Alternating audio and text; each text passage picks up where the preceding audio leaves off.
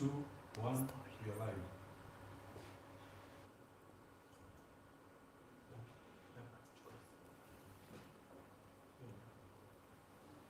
Yeah, what do you need? Unataka mtu achukue stories? Patia nani pale? Kevo ndo mpoa anazichukulia tu from there.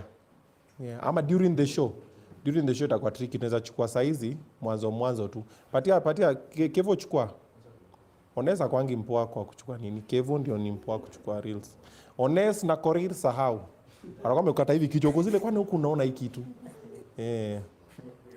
Dapa man pia zake. Dapa mnonanga za bemtani akiwa na wale wa mama. Amefanya mama amedance huko Busia. Ama ako kidogo nasikia sijui. Last week ulikuwa wapi? Kitale. Kuna mama kwa shamba. Maka wana act movie. Lakini audio distorted. You didn't listen to this audio. So kana improve pole pole. Alafu nimejua ile shughuli yetu nyingine pia inafaa a better mic. We'll get you a better mic. Ni bado tunachanga sasa usikuwe na mbio. We shall get there. Because ile mic nyingine Jackie amekuamia. Jackie akamwambia tusaidie na mic, alisaidia na mic alafu akaizima. Si tumeshoot kumbe mic sijui amemute. Jackie Ogaga. Tulikuwa na shoot Freddy, mzangu wa reels. Freddy ameshoot reel mazi ya client. So tuna drive kutoka client na kama nini nikamwambia tumie reel, anatuma nasikia Ati ya bosi ni hiyo mic ni kama kuna venye Jackie ameniambia sijui sikuwa nimeset aje.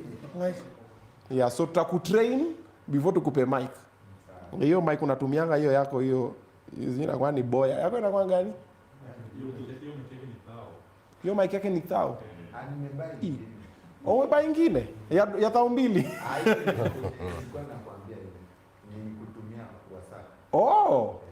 Sasa ina record vizuri. That's nice. So nikurudishie do alafu we own it ama. Hiyo ni yako.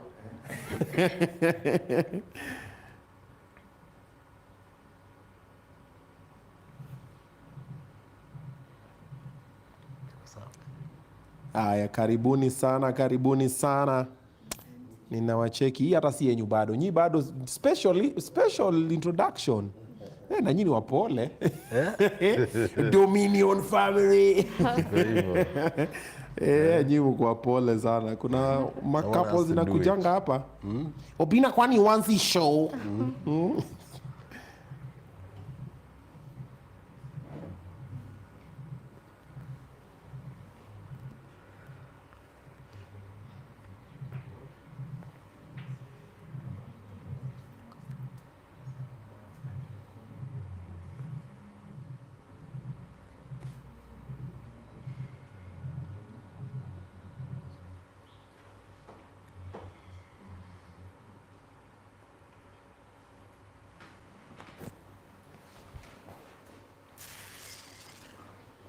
Davido mbona mimi sioni? Wallahi sioni, najaribu kurefresh hii kitu. Unajua binadamu wabaya.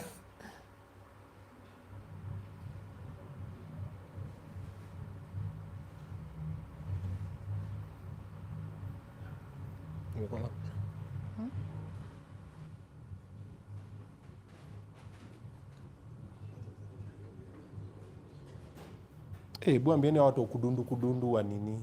Wa nini wameamwaje leo watu wa shisha? Leo wamewachilia. Aki wallahi Davido mimi naitafuta na sioni.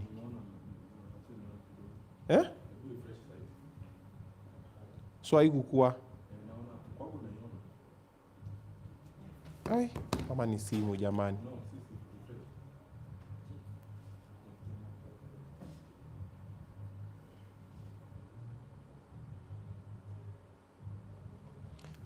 Watu wakianza hivi Simosiri atatokelezea tu hapa. Sisi walitupata tu tumetulia tuko tu welcome to Obinna Show live. Say welcome to Obinna Show live. Welcome. Sikia tu hiyo kelele. Hatukwangi hivyo. Bani sasa hatukwangi hivyo. Tunakwanga tuko nini? Nimeipata kwa hii nini nyingine.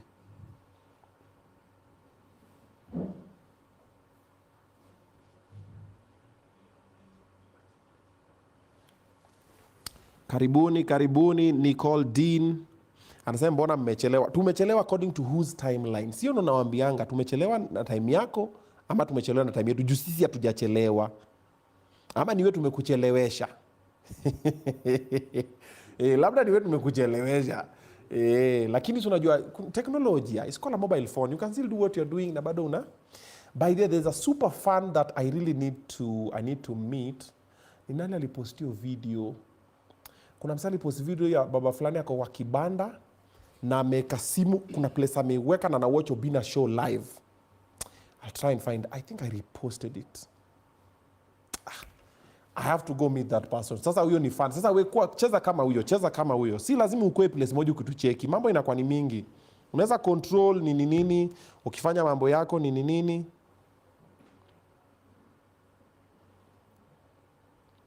Alafu tunakuleta kazawadi. Obinna, what's up? Ni aje Lunaive? Umeandika jina langu ni Capital. Why are you shouting? Obinna ni aje Ray Jack? Niko fiti sana. Lilian Jalemba, Obinna nimekumiss, niko right. Hata mimi nimekumiss pia. Watching from Zanzibar. Clare. Zanzibar. Nilikuwa nataka kudanganya wageni wenu lakini tuamini tu kweli. Tuna mtu Zanzibar. Tuko nao places kadhaa. Tumetembea sana Gulf, Australia, so kwa nao, Dubai, nini. Lakini Zanzibar. Koriru, umaisikia tuko na mtu anatukoje Zanzibar? So huyu kidogo hapo amepush sana. Huko si kwetu. Labda ni mwanzo. Happy Clare. Clare ameenda Zanzibar. Mtu wa Ruiru. Vacation gani? Mtu wa Ruiru aende vacation Zanzibar. Mtu wa Ruiru. Watu wanaenda vacation Zanzibar tunawajua. Ukisikia tu jina unasikia Onyango. Ukisikia tu Kamau, Dubai. Unasikia tu beda vacation. Wapi Dubai? Kamau nani. Lakini ukisikia Zanzibar, places kama ile place wapenda nao wanaendanga inaitwaje? Seychelles, kuna hii wacha Maldives.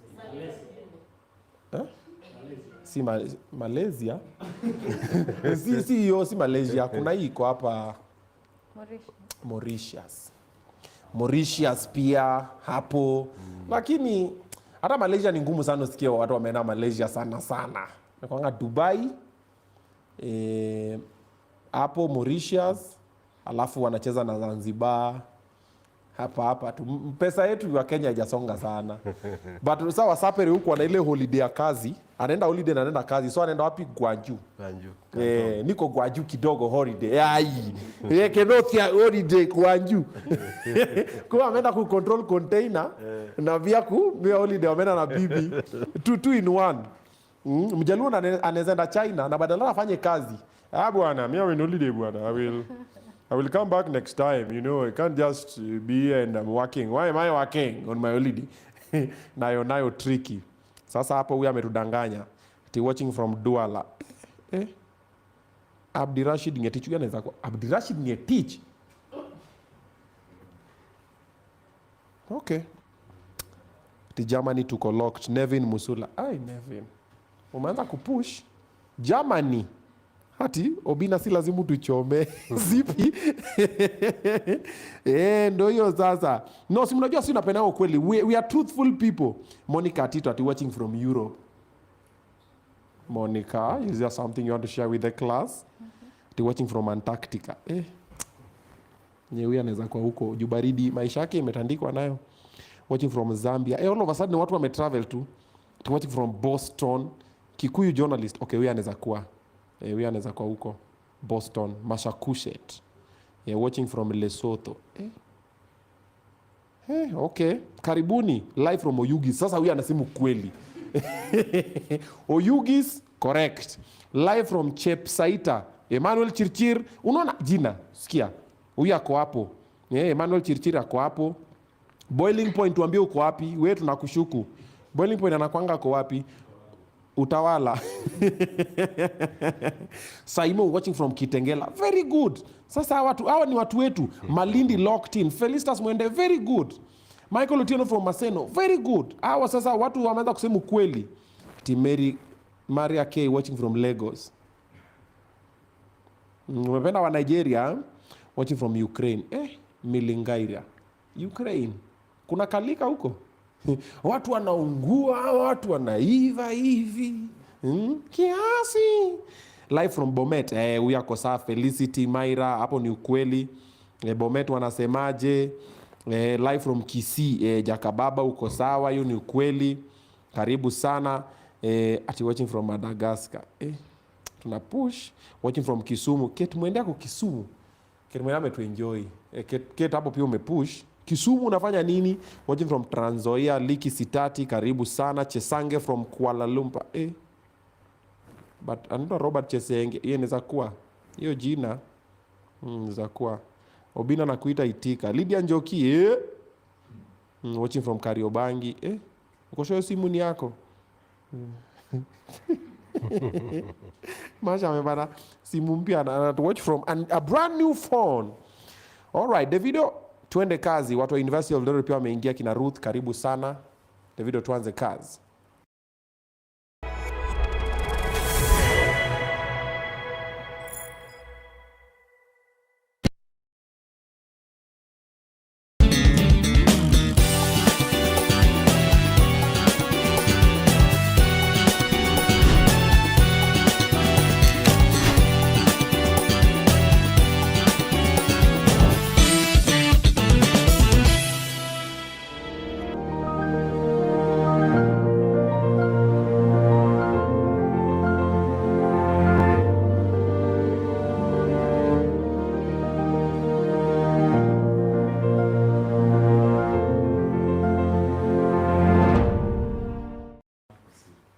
What's up, everybody? Ogadi Top is in the building. It is Monday, and when it's Monday, it's time for Obinna Show Live. Karibu sana, karibu sana. If you're just tuning in, you've missed some 2 magical episodes. We've just had a banter about football with Samira and Useful Idioti. Wale wase wanapenda ball. And before that one, we had a 1-term versus 2-term conversation with 2 other amazing gentlemen from Jacaranda. Also, you should make a point of catching up with that one. But you're right on time for this one and the next one.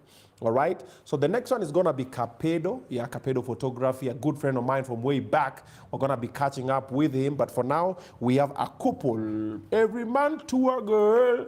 Couple up. Yeah, we're gonna be talking mambo mapenzi kidogo. So kama umejua mapenzi yako ama marriage yako iko mushkil, pay attention because class is about to be on session. So on this platform, we bring motivational and inspirational conversations. We are here to educate you, but above all, good vibes. We are here to entertain you. So you're gonna be entertained to the maximum. If you're just tuning in, mazen, you know, subscribed, unatuangusha. Subscribe button iko hapo chini, finya, utujoin. We're getting to 1 million subscribers before December 2025, and we need your help to do that. All right, pages ni tano. Obinna TV Extra, the Obinnas, Obinna TV Updates, and of course, Zabe, and we need your help to do that. So tafadhali, usituangushe. Alrighty, having said that, tukaribishe wapenda nao kwenye nyumba, makofi tafadhali. The Thukus family. The Thukus. Ni Thukus. Ama Thukus. Thukus. Yes. Thukus. Okay, mumenipoteza. Simu decide. He's Thuku, we are the Thukus. Yes. No, si anasema Thukus, unasema Thukus. Unasema? Oh, Thukus. Oh. Zote. Oh, he's Thuku, you are the From where you come Thukus. from. Yes. Nyumbani ni wapi? Mimi ama yeye. Wewe. Kwetu kwako. Kwake, first of all. Kwetu ni Mulima. Oh, wewe ni wa Murima. Usiguze. Okay, so tuna understand. So Thukus iko sawa. Iko sawa.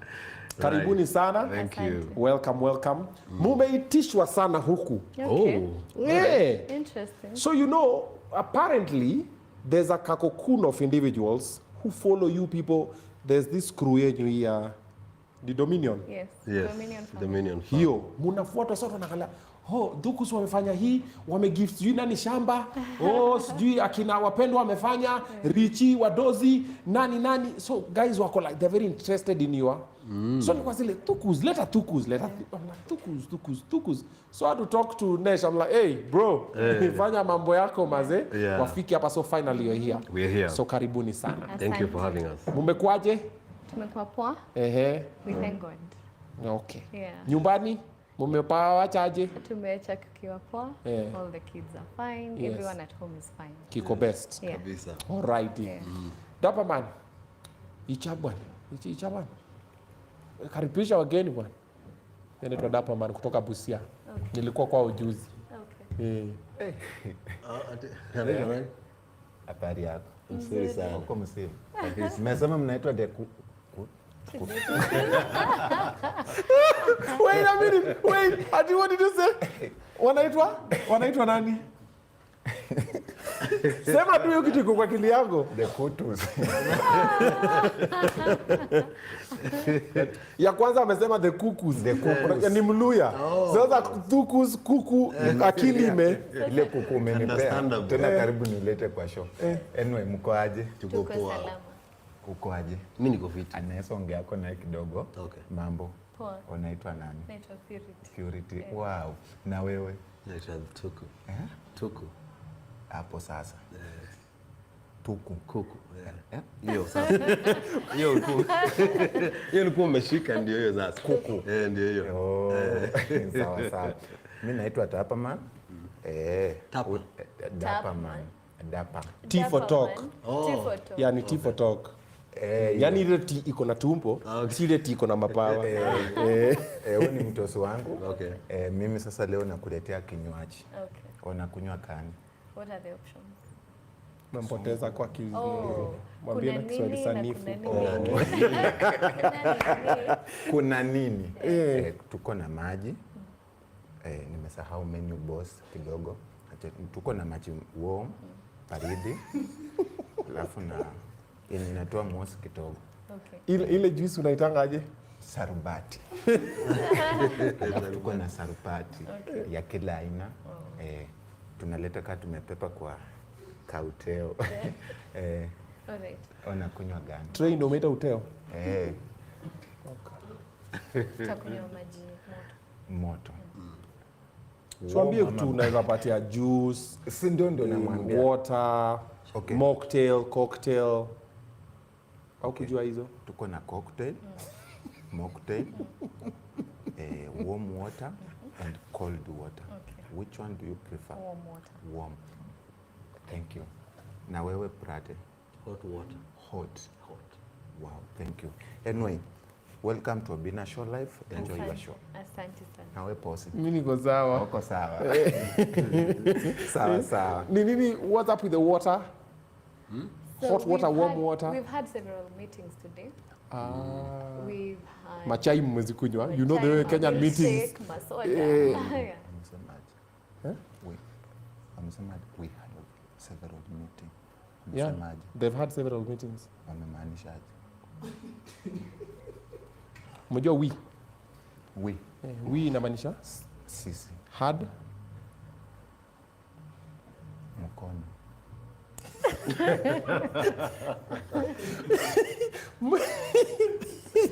Mkono ni hand. Hii ni hand lakini hard. Tumekuwa. Several.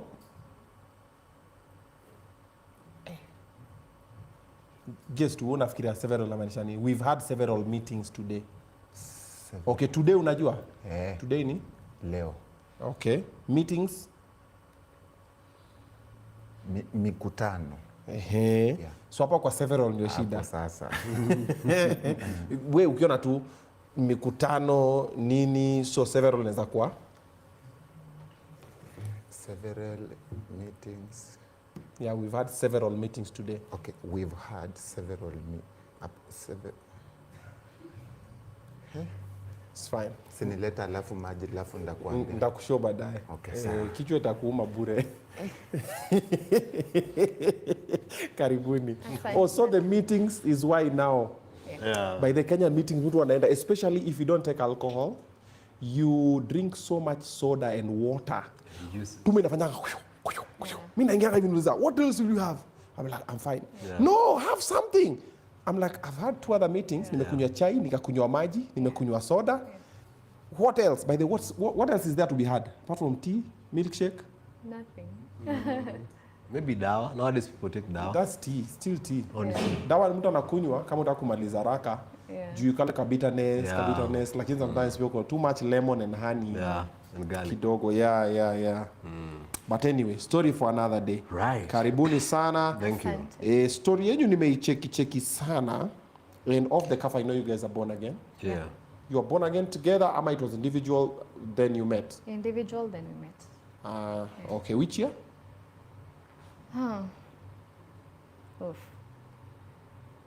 It doesn't have to be Example. exact. Naweza sema between around 2007, So around for me, 2012. nilikuwa naokoka tena naokoka tangu nikiwa mtoto. Oh, nyinyi wale wa kuna mtu. Yeah. So mimi niliokoka mara mingi sana. But now, The last one ilikuwa? well, the last one ilikuwa the last decade, which was before now, 2010. Before then. So since then, kukuja hivi, I've been Kujokoka tena. serious. Sijaokoka tena. Hajaanguka tena. Ama sijaanguka tena ya. Okay. Yeah. Okay. So basically you knew what you wanted from when you were a child. Hapa again? kwa wokovu hapa kuna kitu. Ndani. So for me, I've always loved God. Okay. Hata nikiwa mtoto. Me, I think I'm the kind wenye wanaweza kuoniwa in the name of God. I have a soft spot for God. That's, Sema na I sauti would say katelo that's how I was. atakusikia. So I would say that's how I was brought up. We were brought up in church. But deep down I had a special love for God. Okay. Yeah, so that's why nilikuwa naokoka tena, not necessarily because nimeanguka, but because I just loved to think I want to associate with God over and over and over until now when I understood what it meant. Okay. Yeah. Thuku, Yes, sir. yako ni which year? I'm on my second decade. You have been born again for 20 years? Almost. Yeah. Almost. Oh, wow. Yeah. Ulijua mapema? I was brought up in church also. Nikapotea kidogo then nikarudi. So ilikuwa home from the beginning. Okay. Yeah. Okay. For the other people who are watching, probably they don't understand how this thing works. At what point does someone know me now I need to be born again? Siongee juu msee mwenye maisha imemtandika sana arudi kwa Mungu kama, which also is not a bad thing though, but kuna wale wanakokanga because of circumstances. Everything, nothing else is working. Wacha nikapa kwa Mungu pia nione kama kuta. So it's like now you're daring God. But I'm saying ule tu anakaa chini anasema wait a minute. I think I need to give my life to Christ. How does someone come to that realization? I think if I may answer it simply, in every human being when you're being created, Yeah. you have a God-shaped vacuum in your heart. Inakuanga tu from the time you are born because you are supposed to live in God. The way fish live in water. Okay. So it's just that sometimes we try to fill it with so many other things.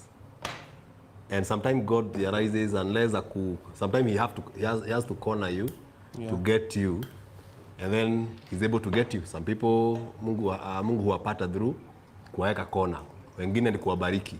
So he understands you, and that's why now, because of his love, he'll use whatever works for you so that he can get you. Kuna watu vichwa ngumu, kuna watu softy, whatever moves them. Yeah. Just put it here. There was a stool here.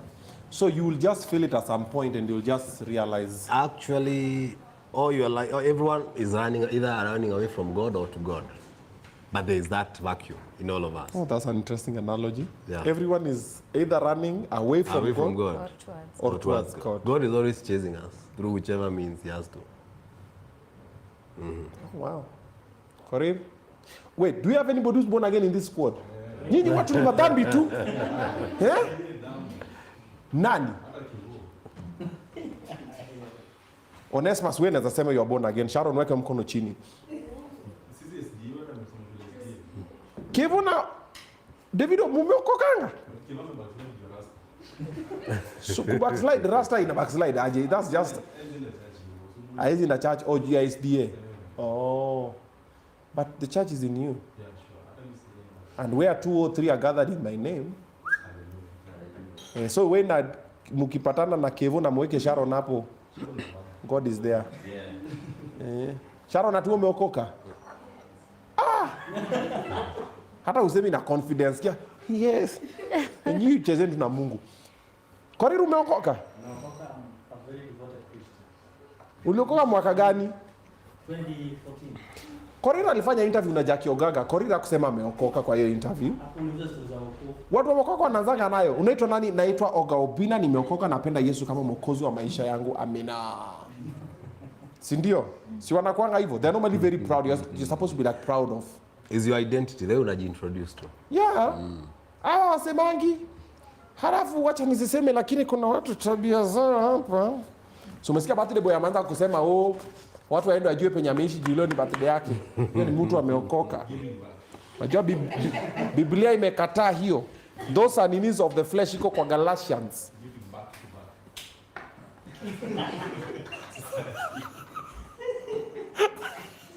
Don't mind them. Ni watu, the glory of the Lord is falling short. Sorry, now that you mentioned, please allow me to add something. Yes. We don't get saved because we are bad. Okay?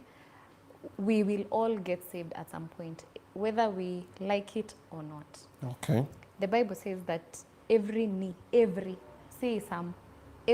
bow, every tongue confess. So it's either now in this life when you can willingly choose it, or just before you are thrown to hell. But every knee will bow. So right now we are given a choice. Everyone is born a sinner, however good, however bad. So everyone before they get born again, they are sinners. So choose now when you have a choice, or just before you're thrown to hell. Wewe. Kipindi tumeanza na vitisho sasa.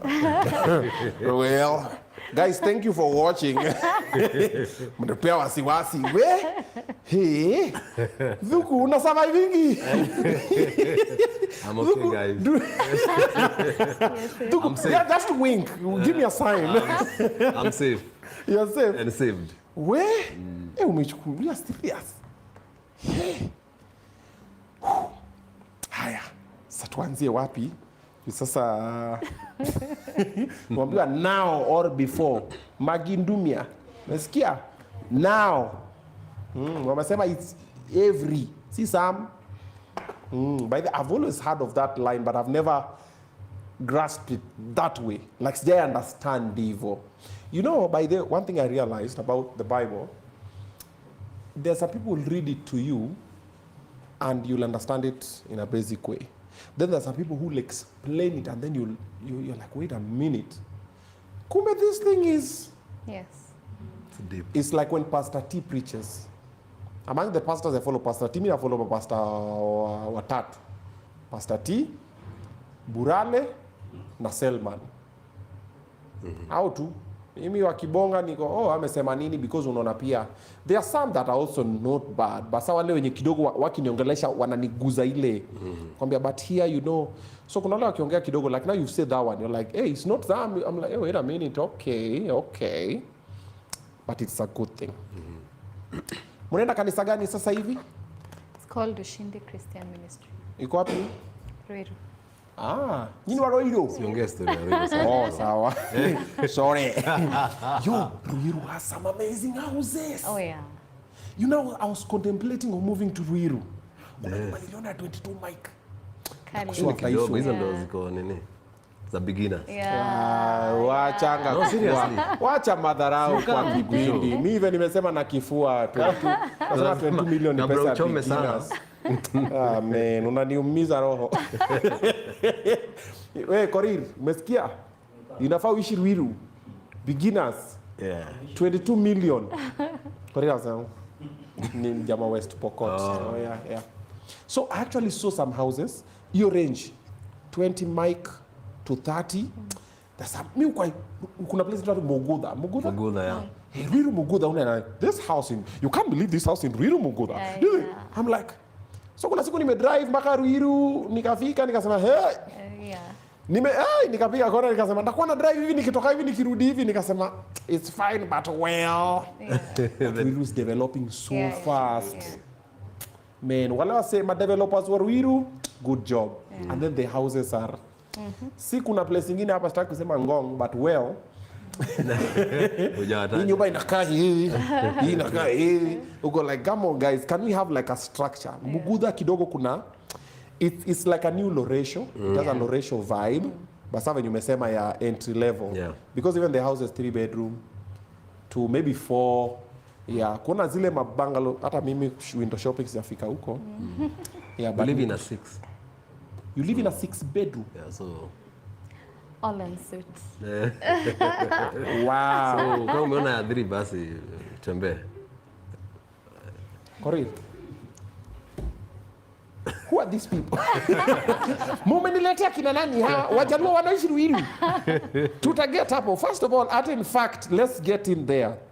So, the rumors that are getting to us is nyinyi umetoka kwa family za Kibombe. Like where we come from? Yeah, you're born from a rich family, he's born from a rich family.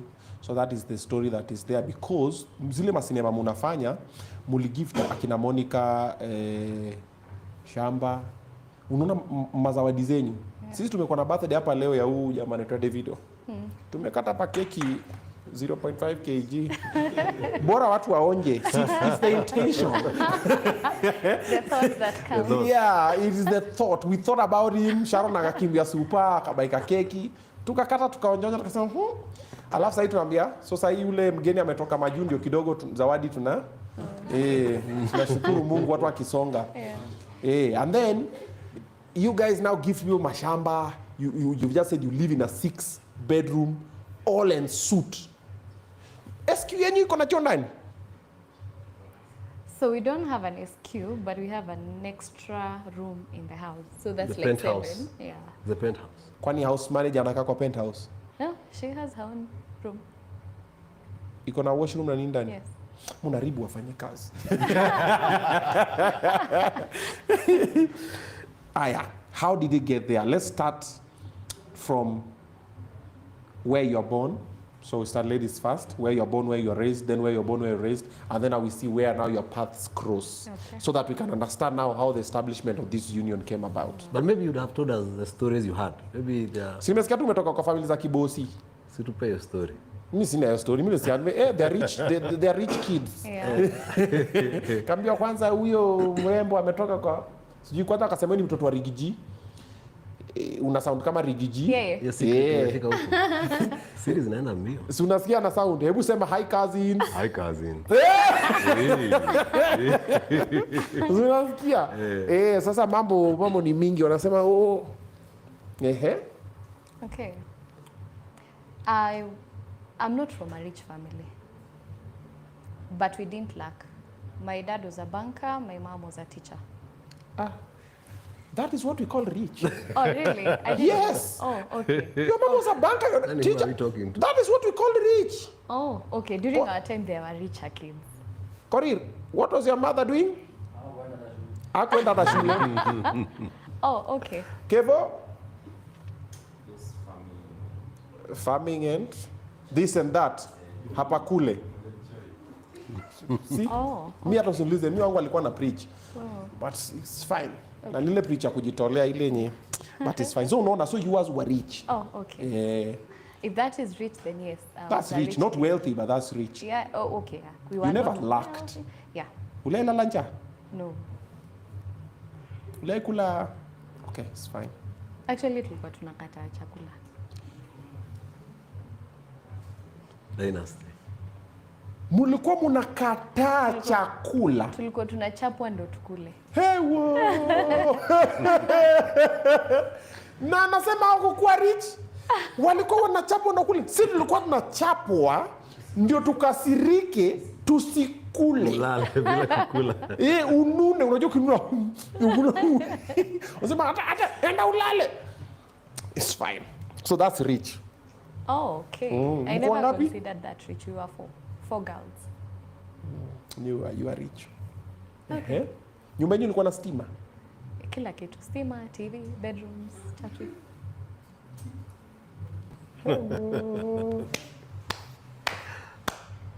TV gani? Sanyo. Mulikuwa na sanyo. So ujui Great Wall wewe? No, we had a great wall at one point. Enda sanyo tu. Sanyo ilikuwa upgrade. Hii. Nyumba mlikuwa na fridge? Late, a bit later. Like when I was in mid primary hapo class 5.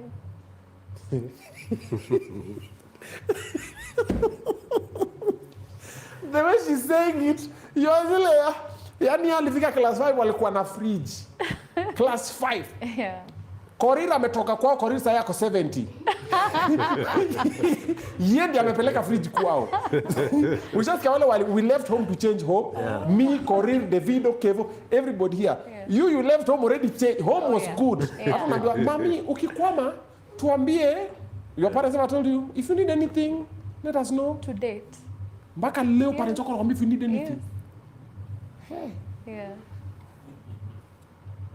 Wacha si tujaribu tukue our parents. Okay, now I see your picture. Actually, I learned to drive when I was in class 4.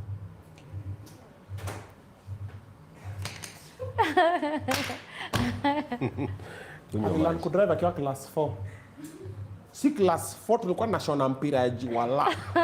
Kwanza nikikaa chini hivi niweke gunia ndani na makonge. Yo! You are blessed. Yeah. I agree. Yeah, for the ones who are watching this thing and maybe that was your childhood, Ama, that's where you are now, you are blessed. You should be very grateful. You should be like you had a head start. Yeah. Yes.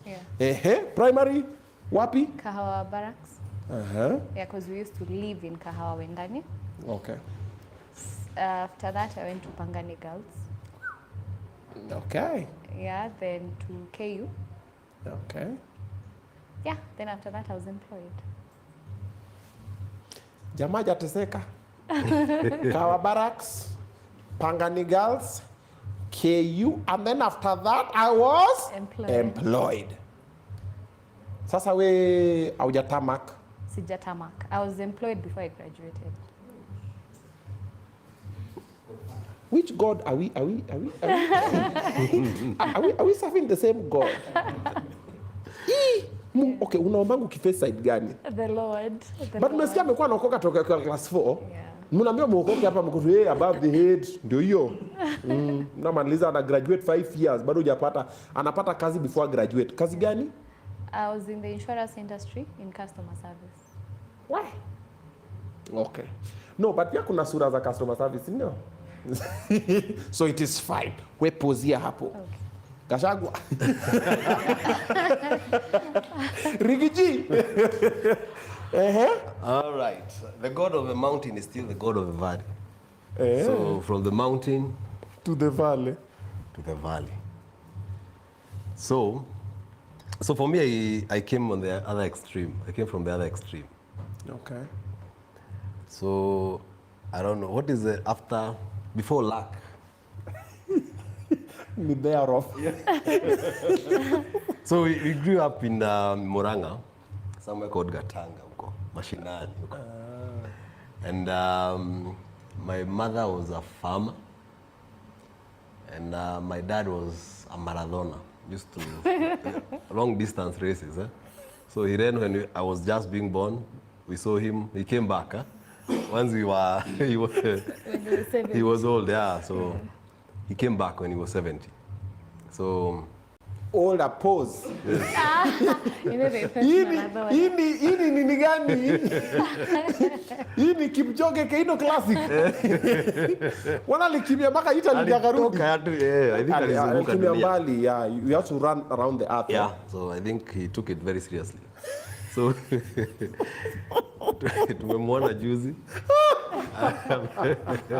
Ngoja amerunda medal. Ama baada li lose. Hiyo inakajua la, so I think waliiba medal or something. So, yeah, so as we were brought up by our mom, of course hakuwa amesoma nini. So ni kibarua nini. So si tulikuwa hatukuwa tunachapa tu dishi. I think tulikuwa tunachapa watoto wenyewe tu dishi food yao.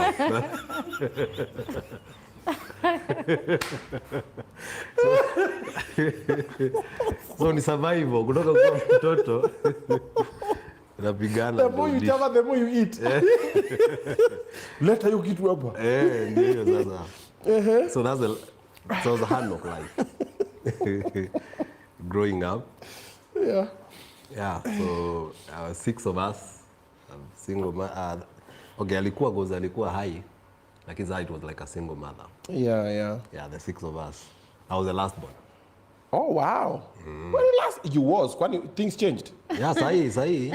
Oh, mambo ni mingi. Mambo sasa unajua nalea mpaka So you're no longer full time job sasa. Kwa sababu nikakuwa first born. So nikakuwa first. The roles were switched. Nalea watu wengi sana.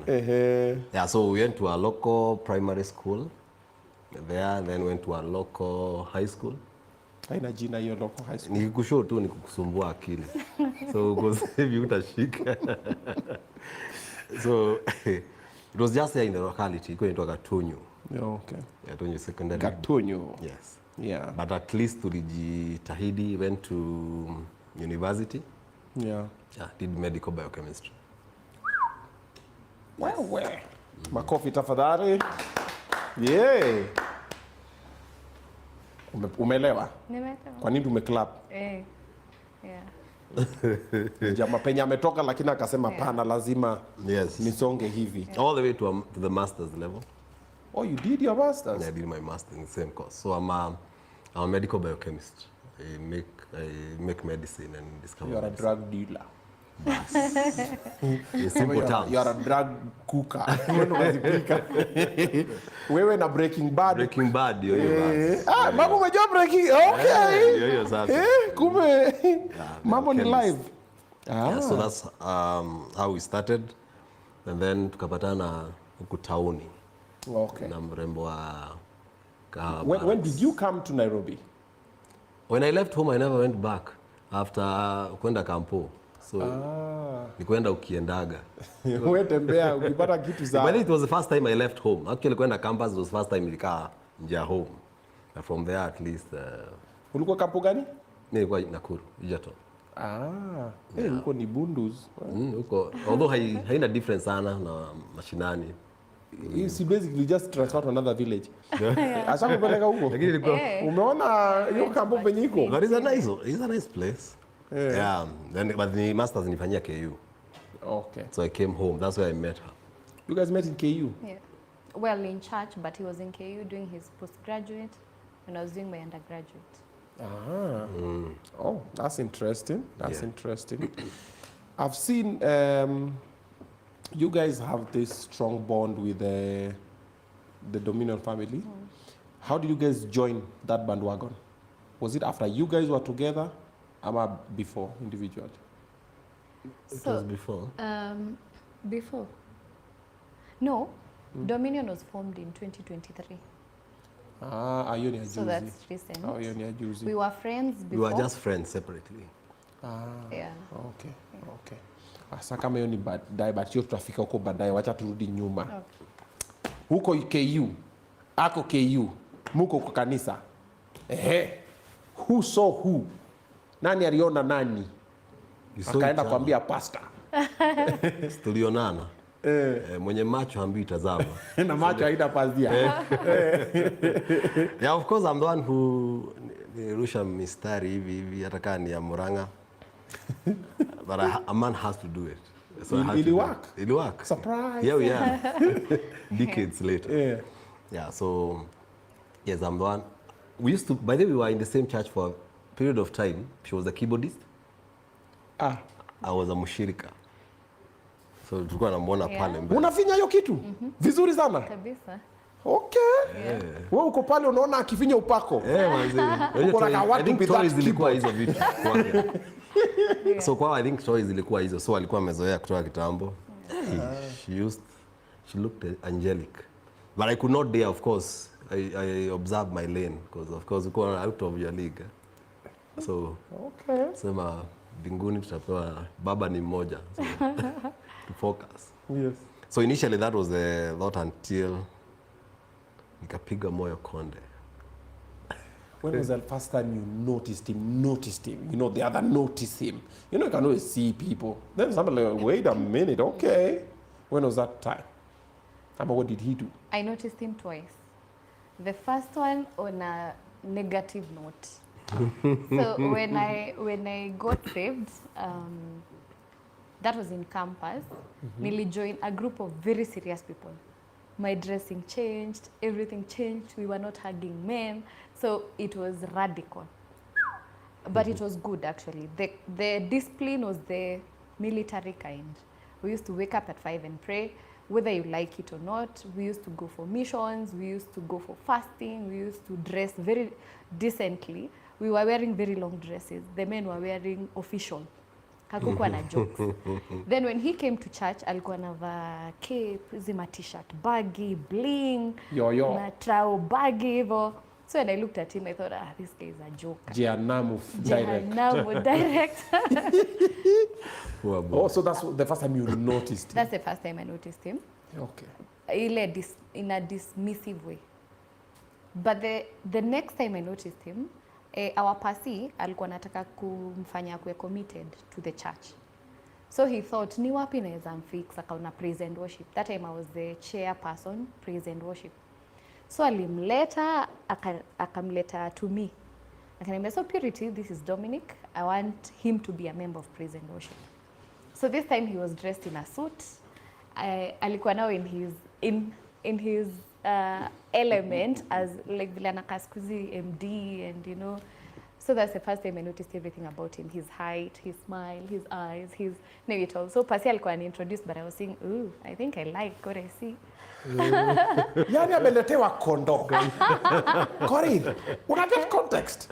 Huyu ni kondo tumuguide. Na yako zile za okay. Alright. Okay. Yep, that was me. Nice. I do. Your time, wewe umeenda hapo na okay, when was the first time you noticed her? Of course, being the mjua wale wako huko mbele, si tulikuwa backbencher. And of course, ukuwa fanatic wa Man U. So game unangojea masaa unataka kutoka time. So unaangalia pasi masaa in case masaa ingia. Yeah, match is after. So ujichomoe. So I used to see her akicheza keyboard huko mbele for all that time.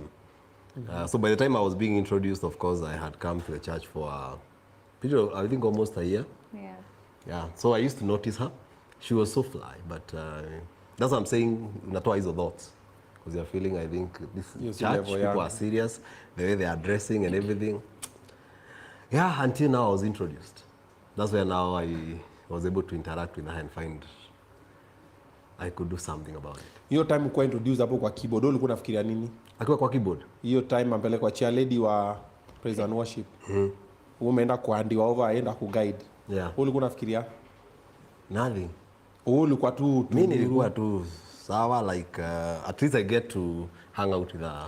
So very basically nice. yenda alikunoki before mnoki. No, I had that, but I thought maybe once I found them in church, so maybe she was taken. I didn't have a history. So ni ule mtu unapenda kwa umbali lakini huwezi mshow maybe because walikuwa na group walikuwa watembea nayo. You know who get keep hivi. Hawakutembea na maduve. So I was thinking maybe akona mtu. Until now I found when I came closer that she was How did you find out? See, we got talking. Now wakati nimeletwa kwa timu yao, now we have to talk and know each other. Akaanza tu kutuma mistari. Immediately. Alikuwa mjanja, ilikuwa mistari but si mistari. God so you test waters. Yeah. Oh wow. But wewe ulikuwa umejua you are like yeah, I'm easy. So kumeka ma wall mingi. No, I just liked. That was it. I liked. Glonezona ni kitu poa, but that was it. Okay. The moment I thought of him as someone I could date was a totally different platform. And that time is me who came. When was that? We listening. We are learning. We are taking notes. Wewe Korerebu mwandike vitu hapo. Watu wache tukua hapa bila mabibi. All right. So when he came to praise and worship, at one point we were having midweek fellowships. So he used to be in PK's campaign tour, Peter Kenneth. Yeah. So one time when we were leaving fellowship, he told me, now can you imagine, I chat more with PK, just a random politician, more than I talk with you. That's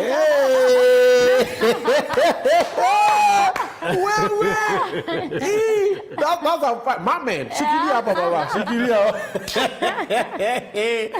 Yo, that's a fire line. I know. I'm gonna be using that line. Can you imagine? I chat more with Raila. A random,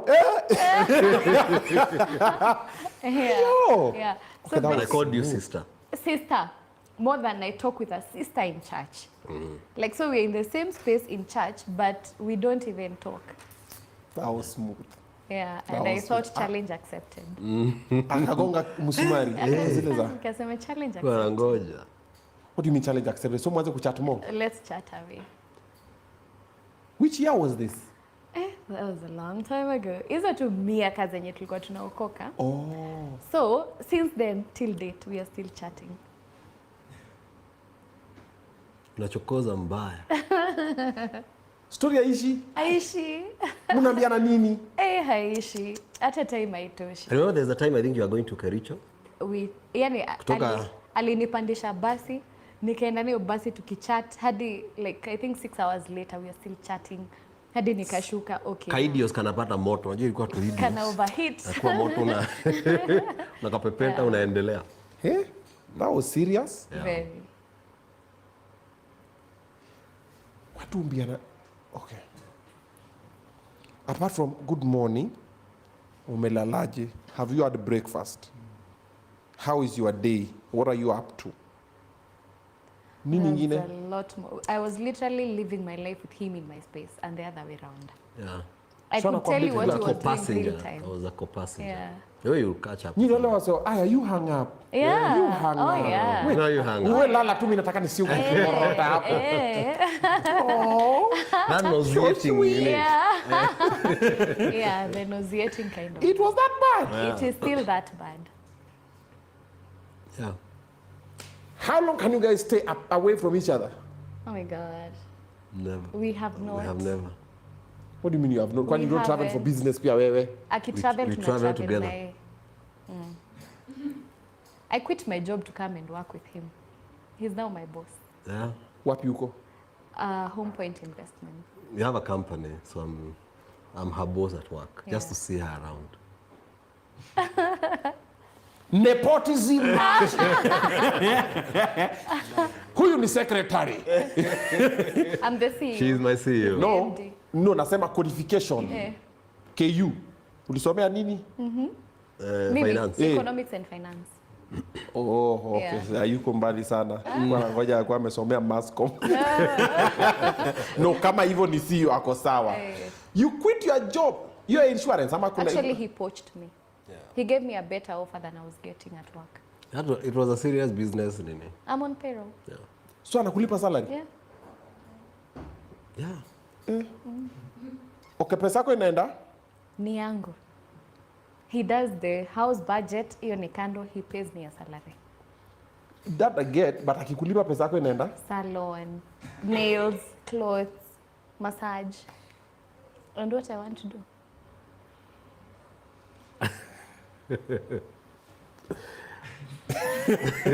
Ukiona mwanaume amekuna huyu.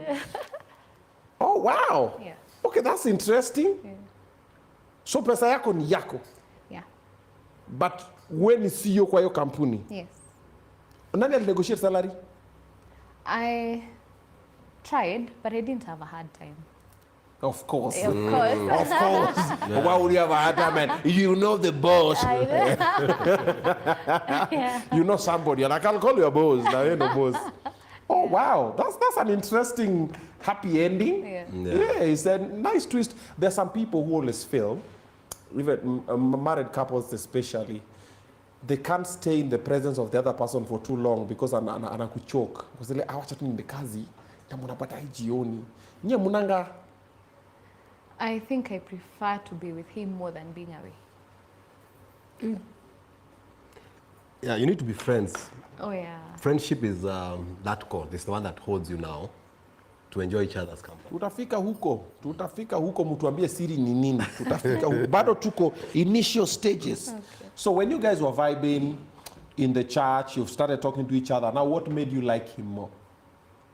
So that day when I noticed him, when he was brought by pastor, Yeah. I saw the physical attributes. Okay. And now that made me more keen to him. Okay.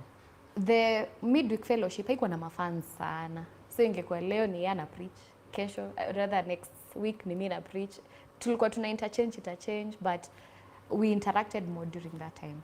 Okay. Then I think ilifika mahali we decided to be going for an every Friday kesha to pray, especially for the country. Unaona kama wakati kulikuwa na the post-election violence and all that, we now used to go to church every other Friday to pray for the country. And for us, I think there was extra motivation because Clearly, you're just not praying for the country. It was the country. yeah. So during that time, I noticed he's actually quite smart. Akona vibes sana. We got time to interact more then. Okay. Yeah. And on your end, what made you like her even more during that time? Obinna mwenye macho hambi tazama. Yeah. Just hiyo swali. Here's why we withdraw. Okay, I withdraw and apologize. Is apology accepted? Absolutely. So yeah, she was she has always been very beautiful. Yeah. Absolutely. Drop dead. Gorgeous. Yes. So Anything, that's what I noticed. Okay. Yeah, before tuende hii mambo ingine. Sasa. Nakupata. Anything you could have done different then? Nothing. For me, nothing. Okay. What do you mean different?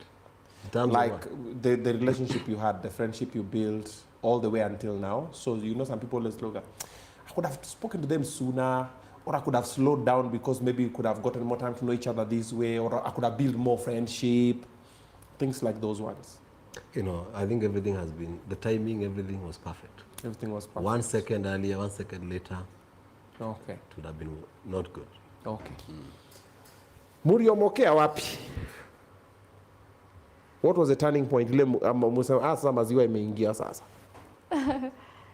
What I would say, I don't know whether our timelines are the same, but when we got into marriage, me, I could say it was my time for testing. Because me, sijawai sota, to be sincere, until I got married. Ha!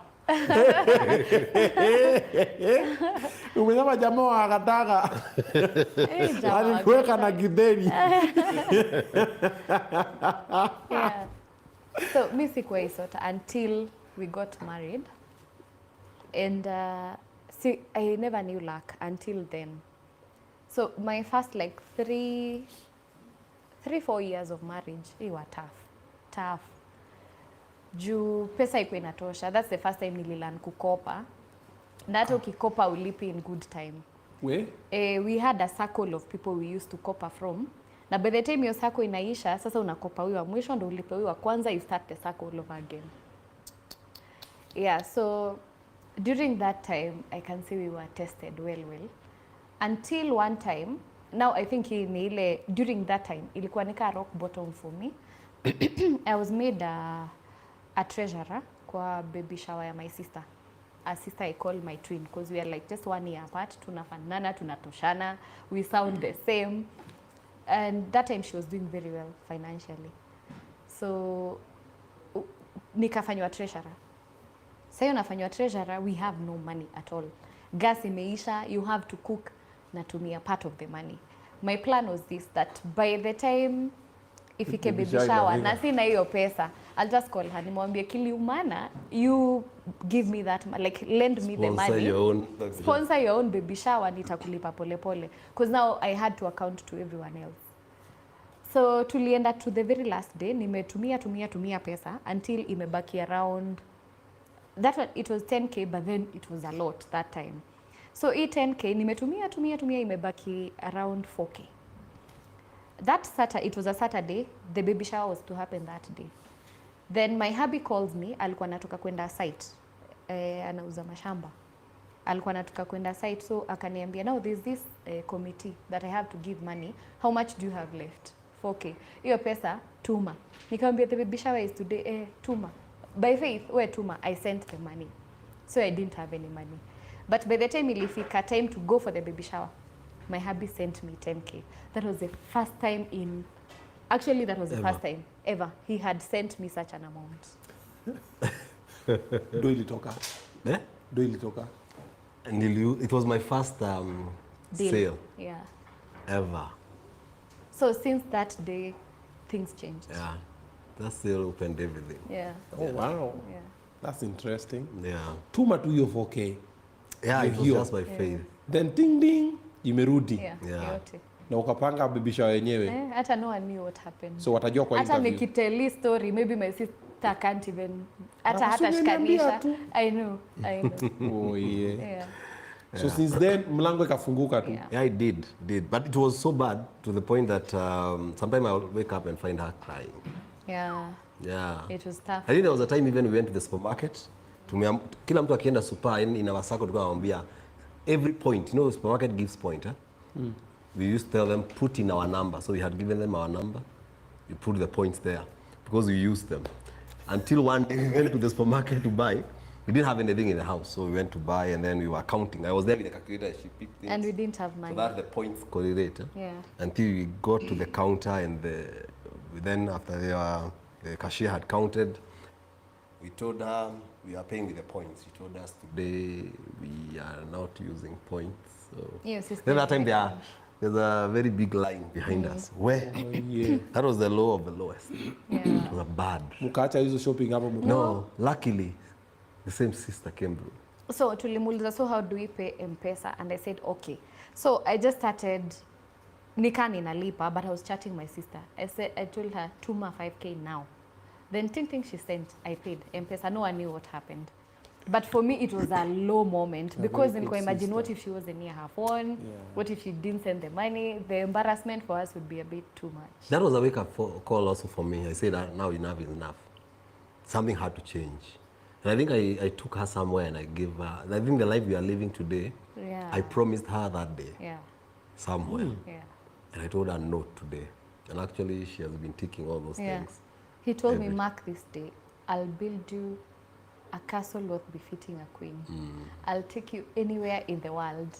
You'll never again borrow from anyone. You If lend. anything, you will lend them.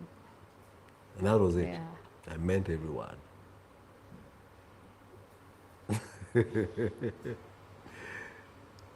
Yani points imefanya mtu ana promise mtu castle.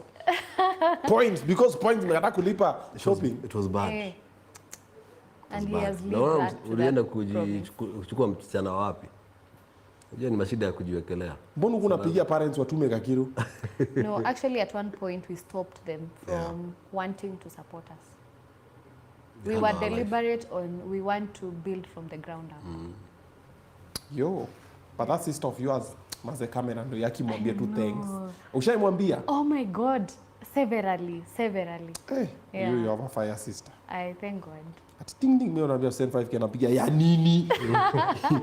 Ati yo niko kwa line huku jua hauna. Yeah. Sema wewe ukitoka kwa nyumba ukenda mpaka umechukua okay ni nini hiyo? Yeah. Juice ya Rudisha. mimi ndalipia mafuta na hiyo unga na mayai crate moja. Yeah.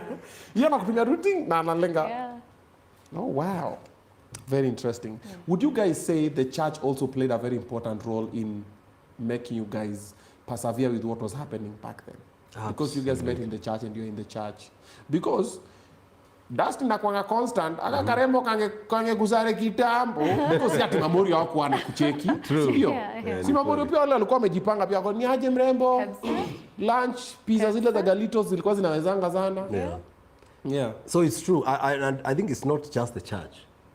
You know, people go to the church. Every kind of person goes to the church. Yes. She was born again, Yeah. truly. And I think the vows she took, she meant them, not only to me, but to God.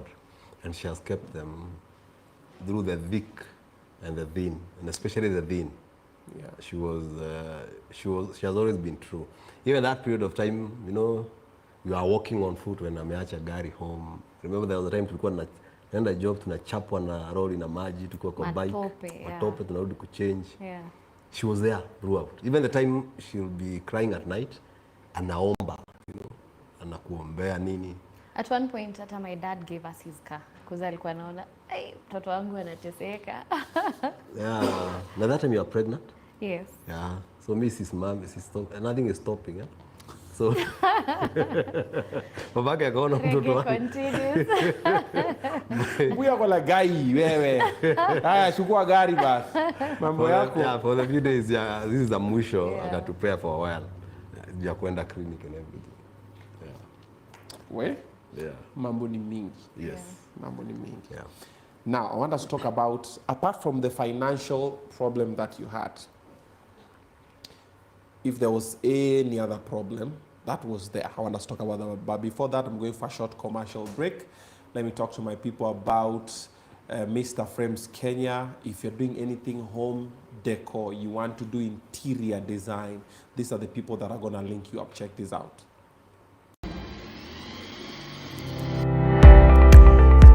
Wow, are your walls looking plain and uninspired? Transform your space with premium wall panels, elegant marble PVC with stunning backlighting, and modern floating TV stands. All designed to give your home a luxurious, timeless finish. At Mr. Frames Kenya, we offer top quality designs at unbeatable prices. Whether you're going to a classic or modern look, we've got the perfect solution for your home or office. Call or WhatsApp us today on 0705 759 102 or connect with us on social media. Mr. Frames Kenya. Mr. Frames Kenya, where style meets affordability.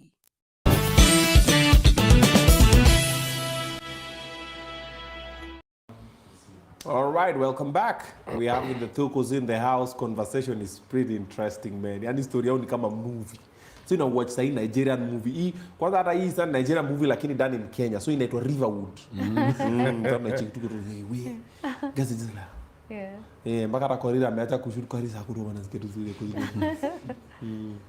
When you guys were going through this financial situation and then it was sorted at some point and things started looking up, but now you know no marriage is perfect. So do we have any other problem that was there apart from the financial problem that you guys were like, hey, this one pia litupeleka? Who goes first? Okay, maybe you go first because you are the one who was alikuwa nakipata maybe. Yeah, absolutely. Yeah. So, so our backgrounds are quite different. Quite different. Since I was a child, we never used to do the work ourselves. We've always had house girls. My mom, being a teacher, alikuwa focused on us excelling academically, which we did, and that was a motivation for her to give us all the support we needed, including we didn't have to toil with the housework. But now what that did to me, I became such a softie, sikuwa najua kazi ya nyumba, kupika, name all that. And now when we are married, it's just the two of us, hatungekuwa na a house girl with us. And of course I understood my role. I was supposed to, zingine hata nilienda tu nikiondokea, I was supposed to do the washing, to clean the house, to do the dishes, then cook, and just be a good wife. And I was still working.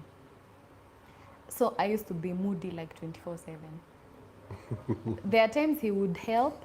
Of course, being the good husband, he would help, but not all the time. Yeah. But for me, I think what he came expecting, like atakuja apate a wife will do everything, I also came expecting a husband who will help with everything. So that was a challenge for me, big time. Ilikuwa inafanya tunakosana mara mob sana, because I was feeling hakuwa nafanya enough. Na yeye pia alikuwa anashindwa, why do you have to be moody? As in, I don't think it's that bad. Ni vyombo tu. Ni vyombo tu na Nakasirikia nyumba vyombo. tu na yeah. Yeah. Well, that was not the only challenge. Pia two totally diverse people trying to make one thing, ilikuwa tu na challenges. I was used to my freedom. I believe him as well. But now tuna try to make something where we are 100% accountable. It had its challenges. Yeah. Yeah. On your end, what did you see that was like a main challenge? Actually, because I think for me, from the beginning, I understood the disparity. And actually, I knew I had to level up. You know, I knew what I had bargained for. And I knew her background. And of course, I was not marrying a housewife. So for me, I don't know. Actually, we were like two different people. Me, nimeweka movie, nime relax. they are moody. So tulikuwa tunashindwa, why are you moody? Let's just watch a movie. Lakini yeye anafanya hesabu like sijui lazima afanye ABCD. So I used to help. But actually now coming also from another outlook of how maybe a husband ought to be, ukae pale wekelee miguu juu, things happen.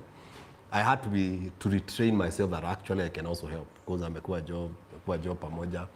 So that's something I had to learn very fast. But for me, I don't think I had a very big challenge. I had a challenge in myself because there are some things I was trying to do and they hasn't come as fast as I wanted them to. So I don't think for me I had something what we call a challenge.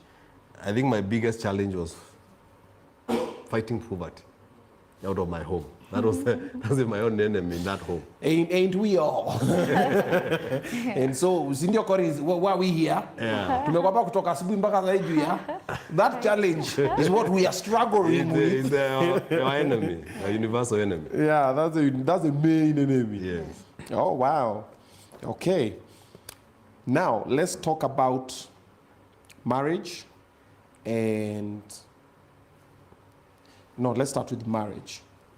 So, ile panel sema tutakuja because you guys have been together for how long now? We are on our second decade.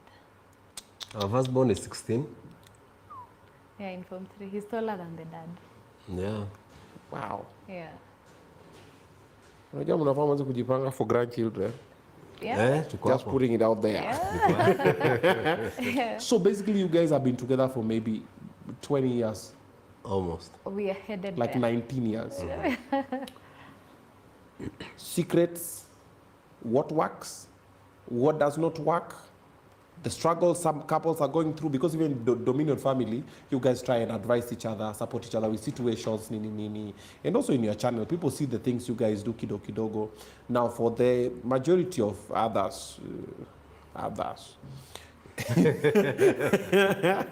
hebu mtupatie secrets zile zimework. How do you solve conflicts, because there's definitely gonna be conflicts. How do you spice up the marriage? How do you avoid external forces? There's a lot of external forces, from friends to family to career to money to everything. Give us the whole shebang. Right. Maybe if I may answer in a masculine way. Number one, I'll start with the core, which was God, because how we did it from the beginning, for us, we know there are many ways of doing it, but we decided we won't do it how we used to do it before we got born again. So from the beginning, when we were dating, no intimacy before marriage. That's where it all started. All the days we dated, that was off the book until we walked down the aisle. And I think for us... Ngoja kidogo, kuna swali, kuna shida iko mahali. How long did you guys date for? I think 2 years. Almost 2 years. Yeah. There was no intimacy for 2 years? No. Nothing. Alikuwa anafanya hizo tandarua zake? Hey, she was fly, I'm telling you. It was a battle, but we won it. It was tough, actually. It was tough. Ebu do for us a poll. Kama 90-day rule ndio watu wana complain. Okay, can you wait for 2 years? Can you wait for 2 years before kugodha? Wewe una venye utaiweka na English. Abantu muminto. Weka na English yako tu hapo. If people can wait for, if this one applies for either the ladies and the men, if you're watching, weka tu yes or no. Sasa tu tuone hiyo poll itaendaje. Unaweza ngoja miaka 2. Woli ngoja. We it did. Was us. It's us. No, unajua inaweza kuanga ni nyinyi lakini ni wewe ndio una gauge. Mwingine akosema wewe. Sorry, my bad. So when we were dating, we agreed that actually even before we started dating, we agreed, let's pray about it. If God is not in it, let him scatter it in his own ways. So we took a day and prayed about it before he even proposed for me to be his girlfriend. That's not even for marriage. Yeah. And when we were at peace with it and we knew God is in it, one thing we knew, God cannot be in this, and again we are living in sin, what we'll do is we will expel God in the equation. Actually, it's not our standard. It's God is a Yeah, godly yeah. standard. Yeah. If it was our standard to get God, Yeah, the body was inaleta shida, but you know, this I want to honor Yeah. God because of His word, and that's where for us I think the core of all started, because from us we involved God from the Yeah. beginning. We did it God's way, Yeah. and from there, God will come through in a major way. So and even when we have issues, because we have had them like normal human beings, there are things tunaenda agree here that we can't see eye to eye. Let's take it to the third party. You pray, let me pray. Let's come pray together. By the end of it all, we always come up with a solution that is for both of us. So when I said yes to being his girlfriend, the first thing we prayed, like we told God we are grateful because I was honestly in love with this guy. So if it was a no for you, if you scatter this, nile unasemanga, if loving you is wrong, is right, if It's loving wrong, you is I don't want to be wrong, right. I don't want to be right. That was the situation before we prayed about it. So it was a scary prayer because God is not just an idea. He does things, he can scatter. So when we felt the peace and we knew God is in this, we first said, God, thank you, because this would have been my choice any day. But then again, we also want to glorify you with our journey. Yeah. So we don't want to sin along the way. Ulijuaje Mungu amesema yes? So God speaks. The Bible says this, that the God who created ears hears. Aliumba because anajua kazi yake. He created a mouth because he understands what speaking means. Yeah. So God speaks. And he may not speak like audibly, unamsikia akisema, but there's a certain assurance in the spirit you can know God is in this and you can't fake it. Yeah.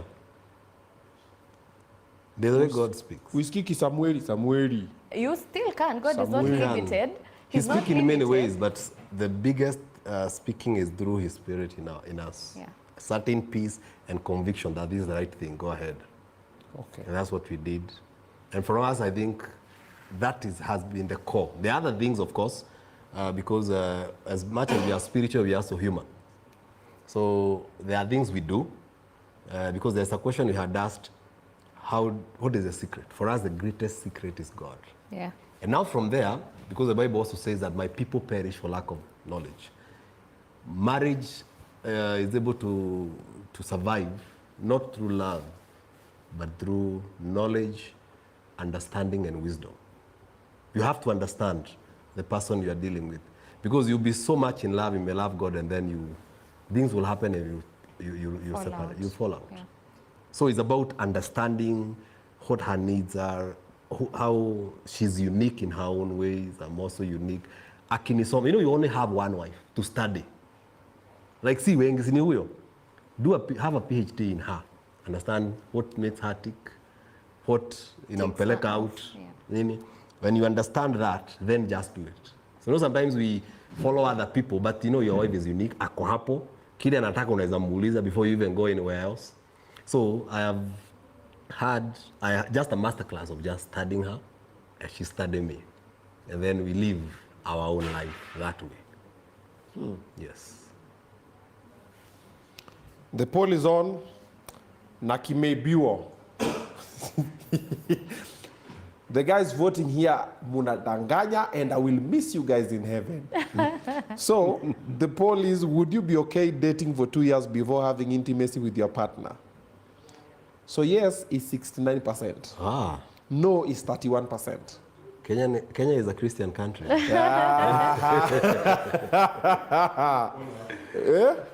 Tufanye poll hapa. Very good. Magi Dumia. Yeah. Huyu ashaanguka tayari. Korir. Voke. No, bongo. Davido. Nick. Nick. Nick huyu ni kwa TikTok tao. Honest. Itilafu. Sharon. So out of the people who are just sitting here, only 2 of them wamesema inaweza, the rest of them wamesema kidogo tricky. Sasa unaona hawa wameiba kura. Lakini tutaangalia in the end. Musijali guys, we still have time. We have 3,500 people watching this live. Mimi nilisha vote. Nilisema hell no. 2 years bro. Well, if I was waiting for 2 years before marriage, because Miss Jai was married, I would not have no children, clearly. You need to be impatient. You need Jesus. Yeah. I mean, test drive. But, you know, also it depends with how the understanding between the two individuals, the background, then where you're coming from, where they're coming from, and then now involving God. Most of our relationships, we never involve God. Even myself, by the way, you know, when I look in hindsight, I realize some of my relationships, I never included God. Some. I never. Maybe all. Yeah, some. all. No, there is one I did, alafu nikasota. Nilirudisha go tena. No, yenda aliniambia tu, magai, siapa nishago kwenyu. I'll see you later. Then I can walk. But if I'm actually seeing some of the signs. I sit here with a lot of couples, and when they say I pick things, I'm like, this part. Like some, we were not even friends, we were lovers. Because unapata, there's somebody I was with, nakaa hivi nataka watch movie, yeye anaenda kulala. Mimi niko babe, so come to watch movie. Anambia ai, watch movie zako, mimi naenda kudoze. Now me, my part was like tukikanenda watch movie, you know, quality time, tumechill. Hatu kidoze hapa kwa kiti, niwekele kichwa hapa kwa paja, ama niwekele mguu, doze hapa. Yako zile ai mimi uko. So automatically unaona we are not friends because yeye anapenda hii, mimi napenda kulala, mimi napenda watch movie. So when I look at those things I'm like, even if you look at even prayerfulness, if I look at watu wangu watu wengi wengine na kuomba well. Yeah. So there are those things. Yeah. So like you guys, you see, you met in church, you're praying together. Back home, there's something you said here of, if there's a situation, you go pray, I go pray, then we come and pray together. Yeah. I'm like, kwa nini umeomba na kaomba na mkomba pamoja? Okay, wewe umeomba. Na yeye? Kuna mtu hapa mtu wake ameomba.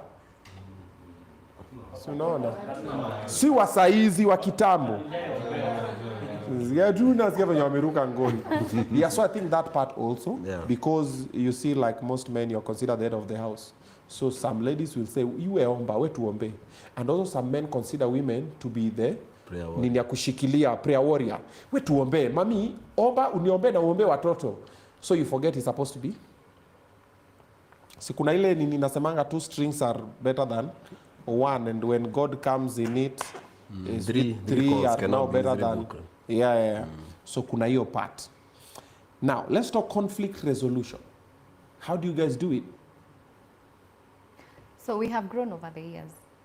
There were times our arguments would be heated, tunaletana juu, tunakosana, and then over the years we have been intentional about fighting the problem, not fighting each other.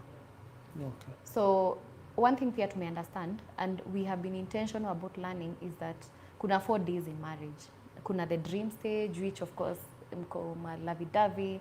Kuna drama stage, which takes a very long time in every relationship, and that's where most people fall out. So understanding that there are 2 more stages past that means unaweza ukahang on, or rather hang in there. Pause. After drama stage? After drama stage? After drama stage? Kuoa.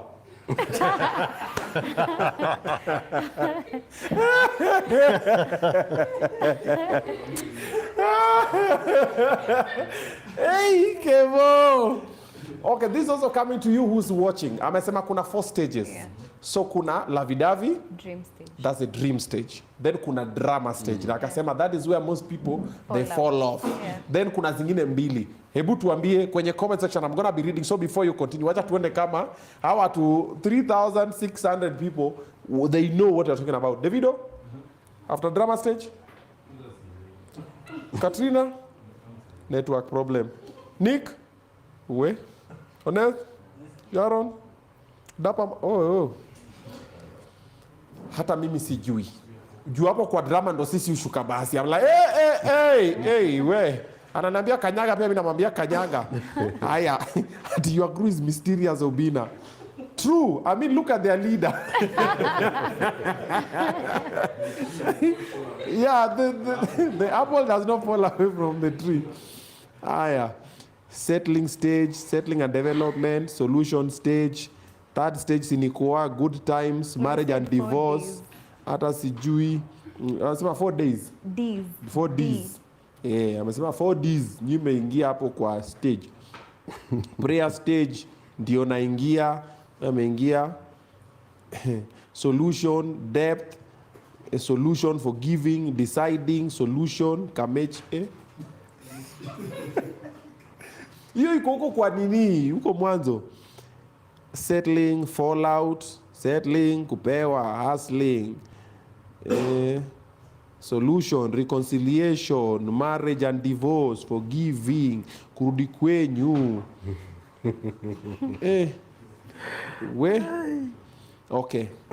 Please school us clearly hawa watu tuko same WhatsApp. All right, so I was saying there are 4 Ds. So there is dreaming, Drama. Dream stage, then drama stage. drama stage. So dream stage mali mko tu honeymoon, mnapendana tu, you both look perfect to each other. You overlook stuff. You Ficha overlook masiri. stuff, unaficha masiri. Maybe that time hata amuishi pamoja ama mjaoana. Na hata mkioana inaweza endelea for a while because it's the honeymoon stage. Then drama now ni mali mnatoa gloves. Like kama unanibo. Wig inatoka. Unatoa wig ukienda kulala ndundo nane. Man to man. Sasa hii ni mundu. Na upanguza makeup. So anaanza kuona your true colors, unaanza kuona zake na inafika mahali it's like you almost look like enemies. Sababu pia hamko mmezoeana, you have not lived together, haujui kumhandle akiwa amejam, akiwa ameboeka. You know, during dream mlikuwa mnapatana when you're at your best and it's something you've been looking forward to. Then mnaachana, mnaenda mnamisiana. Now hapa drama mtakosana, then uende umpate hata vile amelala anakukasirisha vile, yani kila mahali inakubo. Anapumua tu hivi. Anapumua na kukasirisha. Yes. And then they can't hold that facade for long. So pia unaanza kuona true colors vile anakuanga wakati they are not at their best. But beyond that, kuna stage inaitwa discovery. Now you start realizing he's just that way na hana ubaya. You start discovering actually he's not attacking me. That's how he reacts to things. Kule ametoka. Ama ni kule ametoka, vile amelelewa. It's our differences. Kwingine hata una discover, oh, actually I'm the one on the wrong. Kwingine una realize that's a weakness, not a strength. Yeah?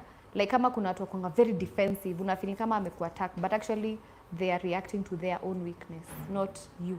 So you start discovering these things, then inakuhit by the way, mtu actually si mimi ana attack. And sasa unaanza kurudi ile ku-assume best intent. And now the last D ni depth. Mahali you're both settled, you don't fight over some of the small issues, you easily take the highway, you easily forgive, and you know this person means best. Depth. Depth. That's the last It's my depth. Depth. Okay. Wow. Yeah. Correct, nakumbuka the 4 Ds. Yeah. Ya kwanza, Dream, dream ya pili, drama, drama ya tatu, discovery, depth. depth. Very good. So my answer was, as we continued learning together, pia our conflict resolution ilienda ikibadilika. Because initially it's like we are not fighting physically, disagreeing, but as we continue, it's just that we are not seeing from the same viewpoint.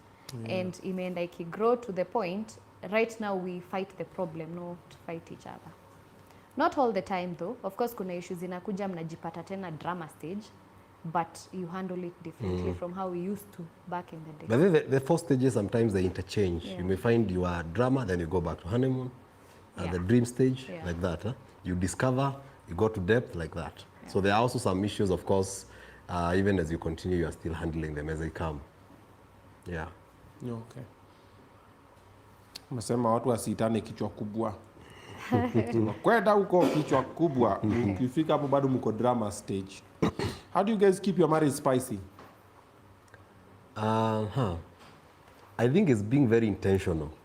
For us, I think, and we believe actually, marriage is work. And the moment you put it on autopilot, like sinikuwa will come home. Yeah. I think for me umkatia more. I think actually after Nilimoa, it's been Kukatiana throughout. I agree. The same. Ona venye kana smile. Yeah, we have more dates now than we used to have when we were. Hamukuwa na Before we were kakiru. yeah, you know, your time tungeamua tu to hang out kwa bush. Kwa kanisa. Sasa mnaweza travel. Yeah, but actually our dates are, it's not just about traveling. We sometimes there are moments we take kids to their shows or wherever, and then we just are at home, the two of us. And then I just like cook we are for her dating there, again. and then Yeah. we just spend the in the house together. Sometimes we just take a walk It's together. a 6-bedroom house. Wewe pia wacha kuongea ni kama umekaa kwa bed sitter. Anakuongelesha ni kama we just sit in the house. Yeah, it's a mansion. Hiyo ni supermarket. Yeah, so even in a bed sitter, if actually that's more intimate because there's nowhere to go. Hapo mnafikiana hapo. Geuka hivi shingo yake. Geuka hivi kama ngorota. Yeah, so, and then also being very deliberate, she's my best friend, she's my confidant, she's my lover. So it's about putting in the work. The moment you put any relationship on autopilot, like unaona to see, I'm showing you the sign, I'm here, I brought you to my house, that means I love you. So it's about every day. The mundane small things that you may think they are, those are time you could date. The same things are the same things we apply. And of course, maybe some of them we spy them with what we can now be able to afford, but putting in the work. The moment you let your guard down, anything can go down very fast, downhill. So it's about being very deliberate, being careful how you speak to that person. And then she's still my baby girl. 4 kids down the line, I still consider her my baby girl. Wow. Yeah. And on your end? On my end, all that, plus there are things we choose to do together. At times we read books together, like books on marriage. We get to understand this thing called marriage together. There's a book we were reading now. After every chapter, tulikuwa tuna discuss like unasikia, like what are you learning from it? How do you feel in apply to our life? So there's a time we were, not there's a time, but what we chose to do is a chapter before we sleep. So before you sleep, tungesoma a whole chapter together and then discuss it. Some things are like we play games together. We have made our bedroom our sanctuary. Like hapo, we will have tutakan kama hata hatuna watoi. Actually, even our kids know. Our bedroom, they have to knock, even the youngest kid. They have to knock before they come in. And I have to say, come in, before they come in. Because that is my sanctuary, just me and my husband. Yeah. Si lenye watoto ingia anytime. So that also distorts how you can relate in your own bedroom. Yes. That's another thing. So we have separated, marriage and parenting. Yeah. Those are two different things Yeah. to us. They have their time, we have our time. Ah. We have our holidays, we have our family the holidays. family holidays. Yeah. Yeah, so we have separated Si the two. kitu moja? No. So when we are going for our holiday, hata wao wanatuambia we are happy for you, enjoy. Enjoy. We leave them. Yeah. Yes.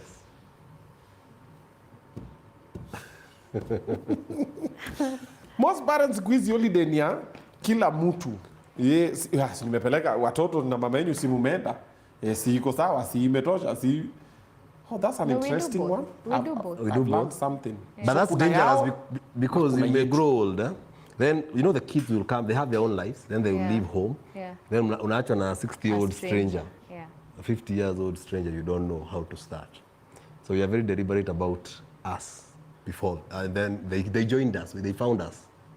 So they also have to respect that space. So we are doing two things parallel. Okay. There's marriage and there is parenting. family life, parenting. So this thing called marriage, when we got married, it was just the two of us. And that is something that will continue till death do us part. So if we are not working on marriage and we are working on parenting, parenting will thrive. But marriage will go down. And at times you think you're together, but in actual sense, maybe It's the the time you're kids. together is like 2 days, in like 2 years. So that's why we have to be intentional. And another thing we also do together is that we'll have a time of, I tell him his strengths, he tells me my strengths. Because unfortunately, weaknesses will always shout. We'll always That's true, be conspicuous. You don't even need to tell me my weaknesses because that's the point of our disparity.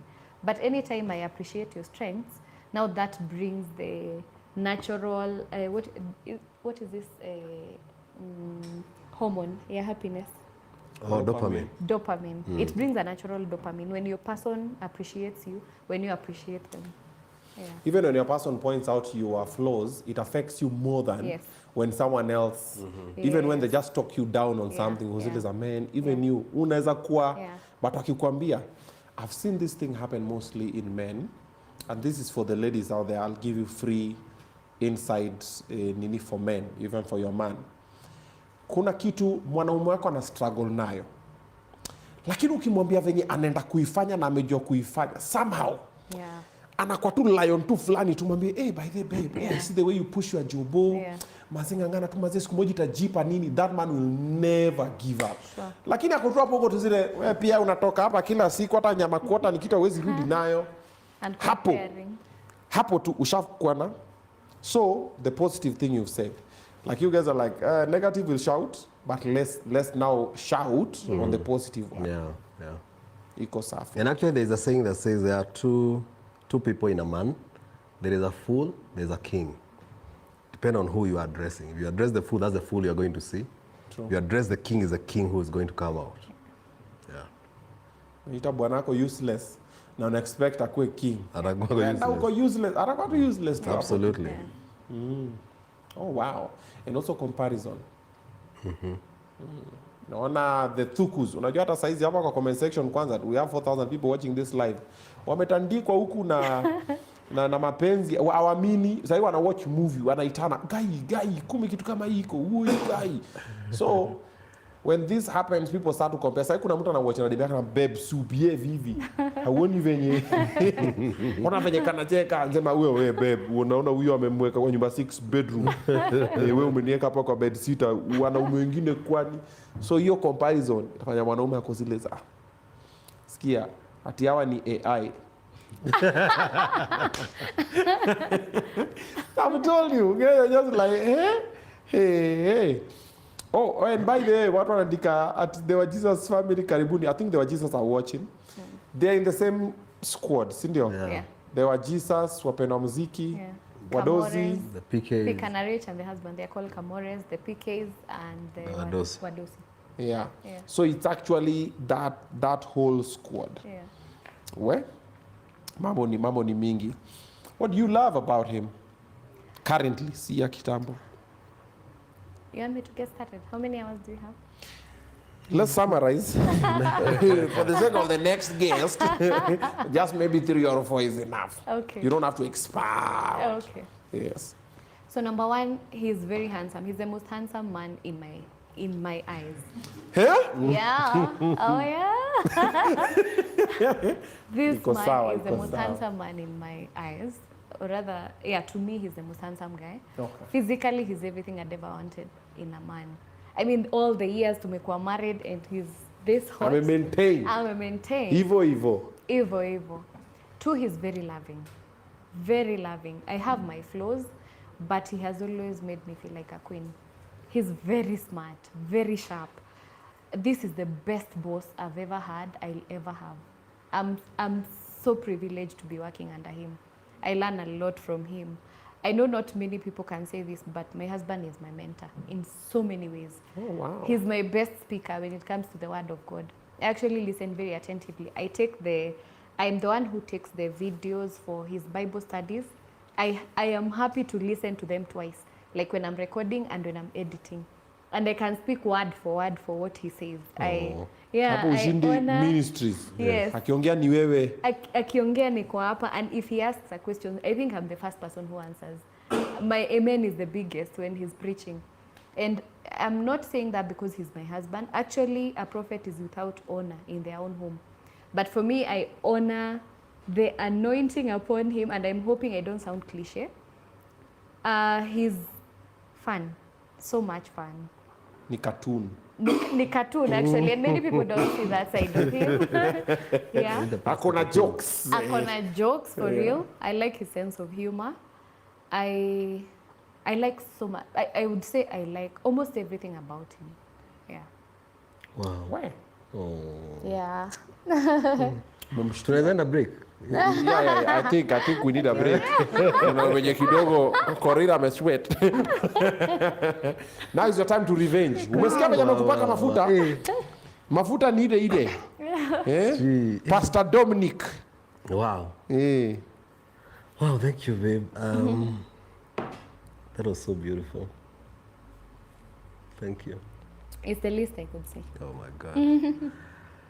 Wow, and there goes the king. You know that you address the king. So, I think for me, I would learn out of adjectives to describe her. But of course, the first one is she's the most beautiful woman I've ever seen, and I actually have told her over and over, every day, you're the most beautiful woman I've ever seen. And that has been constant. There are moments in Batanga, like every day I have a crush on her. Every day. And that has not changed. Our relationship, even our intimacy and everything from the first day, I think it has always gotten better, even with time. Because for me, she every time I wake up and I look at her, and I've never gotten enough of it. I've never gotten used to it. And I thank God for that, because God has renewed her every day. After carrying 4 kids for me, she has still maintained herself to be that girl. And I do believe when she considers maybe how anajitreat me, she has me in mind, because she knows what I like. And she has taken time to study me, the way she is respectful and the way she loves God. Actually, if there is one person who is very quick to support me, even in public, but when we are in private, she'll tell me, babe, lovingly, this and that. She's my director. She directs a lot of things behind the scene, make me shine. Some people will tell you dress nicely. She wants me to look as a king out there. So that's something that is very outstanding. And the way she loves our kids, it's amazing. You know, having teenagers in the house all the way to the youngest, who is heading to 6, all of them, she's able to handle all of us and give us what we need in one stride. Go to the office, still become a CEO there and make things happen. Go to the church in praise and worship. She never changed. And that has been very constant in her life. So that constancy and that ability to be a mother and a lover at the same time is outstanding for me. And on top of that, even how she speaks about me in public, what she just did, that is not just for camera. Yeah. She'll just come to me in the office and tell me, babe, just sit down. Maybe your time nimelemewa na nini na deal nazo. She'll just tell me, babe, sit down. I'll give you your flowers. And you tell me, I want to give you your flowers today. I'm telling you. Office. In the office. My CEO will come and tell me, you'll do this. I believe in you. You are the best any boss we have. And I'm telling you, whatever kind of issue that was there is gone. So she got me all those years down the line. And I wouldn't have it any other way. And I wouldn't have any other way than to love her. Actually, I've made it my life mission. I have a lot of catching up and a lot of paying up to do to her. I promised her to take her all over the world. There are so many things I'm still doing. And right now I tell her, just rotate the globe. Wherever your finger touches, Let's go. that's where we're going, you know? Because she stood with me. She's very humble. And with all that beauty, she has always stood with me and have treated me as a king. And I think that's all a man will ask for. Like the king you married. Well, love is a beautiful thing. Absolutely. Yep. Hapo unasema it's Don Jazzy again. Oh wow, una rotating globe hivi na munenda hapo. Wewe sawa Prince of Zamunda. Yo, hey, okay. Mambo, we wish you guys well. Thank you. Yes, you guys munafana. Thank you. Mumekaa mpaka mweza kufanana. Ni Mungu. That's interesting. Hapa kwa comment section watu ni my love heart tu. Ni my love heart. Unaelewa? Ni my love heart tu ziko huku. But iko sawa. Now, Let's talk business kidogo. Home Point Investments Limited. Limited. Yes. That's your company. Yes. You sell property. Which year did it start? 2016. Okay. Yeah. Mama Shambare. Yes. Okay. So how do people get in touch with this one? If someone wants a legitimate piece of land, nini, wata pia Obinna pia wale wana watch pia wajue pia wanaweza ongezea ka 16-year-old pesa ya Simba ya kwanza. Yeah. Yes, so we run a real estate company called Home Point Investment Limited. We are on Instagram as Home Point Kenya. So our numbers, because when you go there, you see the properties that we sell, is 0115 444 333. We sell in a galley. 0115 Yes. 444 333. Wow, Yeah. beautiful. So we are based in rural town. If you need to come to our office, and we'll sort you for any kind of property need that you have. Yeah. Tutakupanga na utafurahia. Yes. Hawa watu wanaongea vibaya kunihusu kwa comment section. Tusikutane. Nairobi ni ndogo sana. Hii Kenya, hii country, msifikirie country ni kubwa venye mnaona. Mtu anaongea hapo, poor Obinna anafikiria ni movie. Nawaona. Tutakutana. Si kipindi niko hapa every Monday. Wacha niangalie hata wale watu wa kublock. Kwanza anasema 14 supu. Watu wanasema kiss. Okay. Hao ni wa kanisa wewe. Unajisikia mambo inafanyika kwa sanctuary. Kwa bedroom. Sanctuary. Watu wanaambia waende kwa kanisa watapata watu huko. Happy for you guys. Woye poor Obinna. Obinna anafikiria ni movie. Narudi soko. Kuna wale wamemwa sawa narudi soko sasa. Love is a beautiful thing when you find your rib. Actually, also another thing that is very interesting, marriage can work well when you find your person. You might find somebody, but still mtu mnaendana pia. Hata mujaribu pia. Inakuanga, kuna watu wamejaribu pia. Tutaki kumention majina. Zindio Korin. Just because there's no need to mention names. But well, kuna watu hapa wamejaribu. Sasa pia usipopata pia mambo ni mingi, lakini nyinyi mulipatana. Nyinyi ni kama, so there's a few couples zenye zilipatananga. Wahu na Nameless. Wa Jesus family. Nesh na mtu wake wapendwa muziki. Bien na Chiki. The Thukus. Okay? Bati na Diane.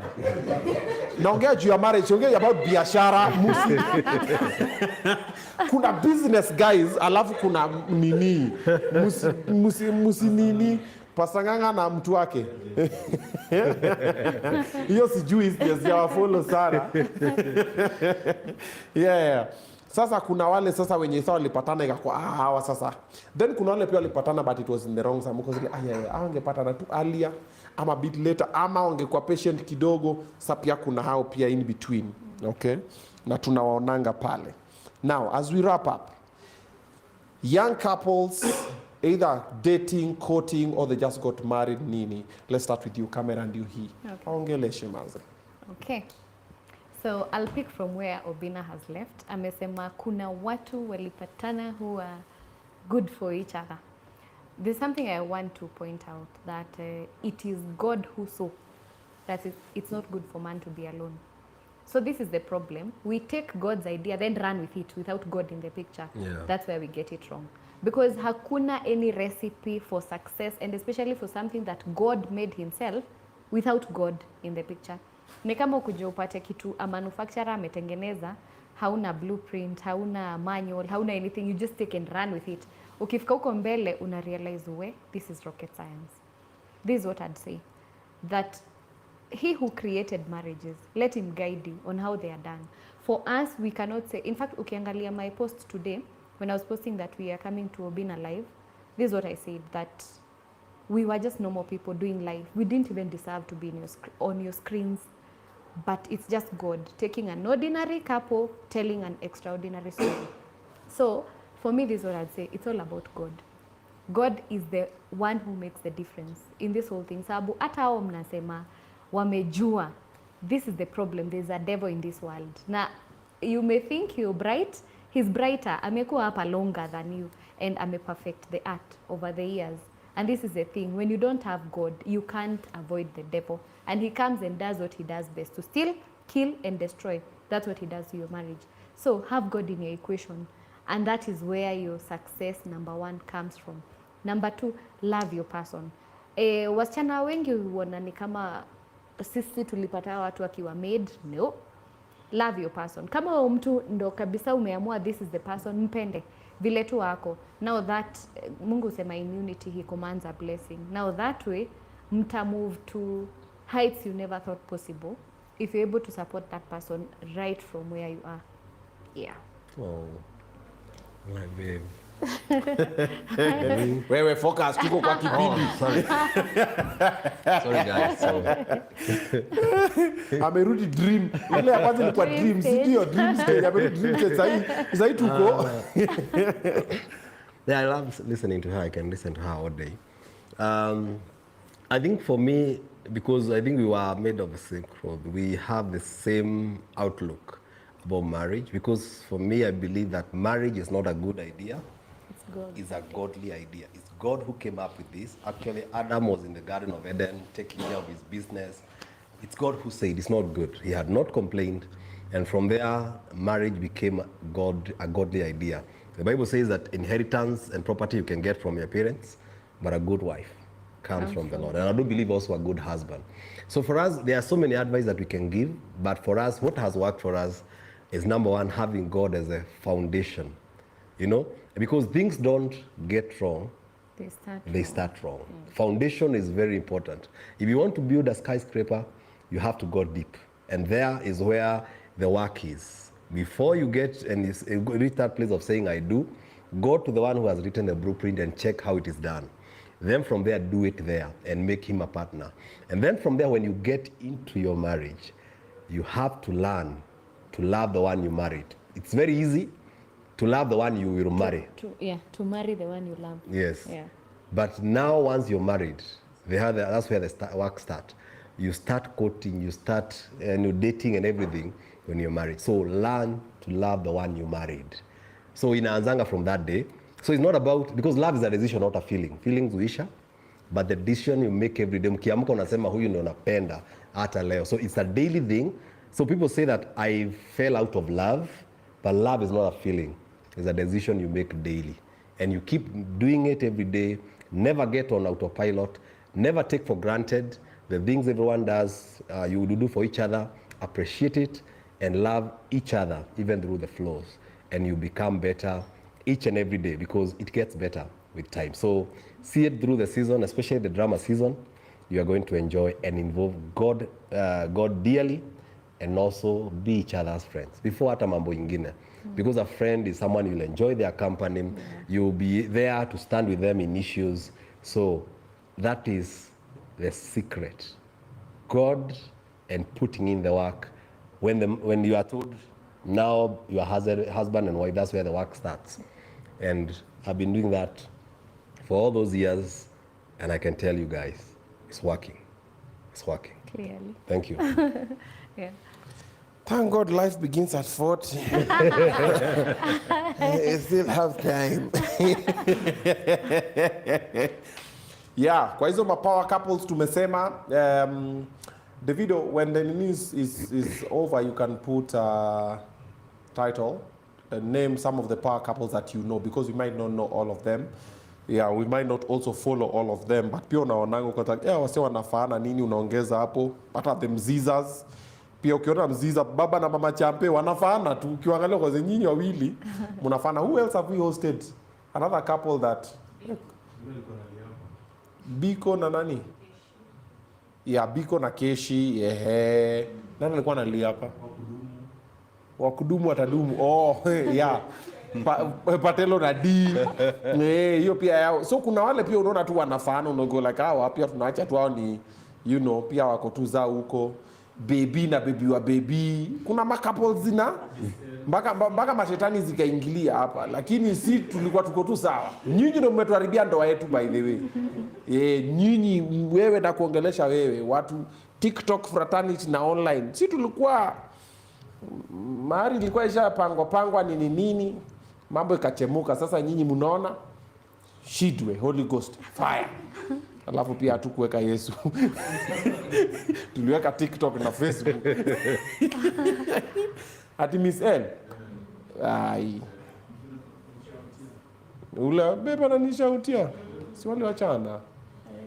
Sina una rada. Now you know.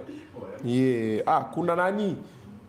Smiley Prince na Queen Obinna.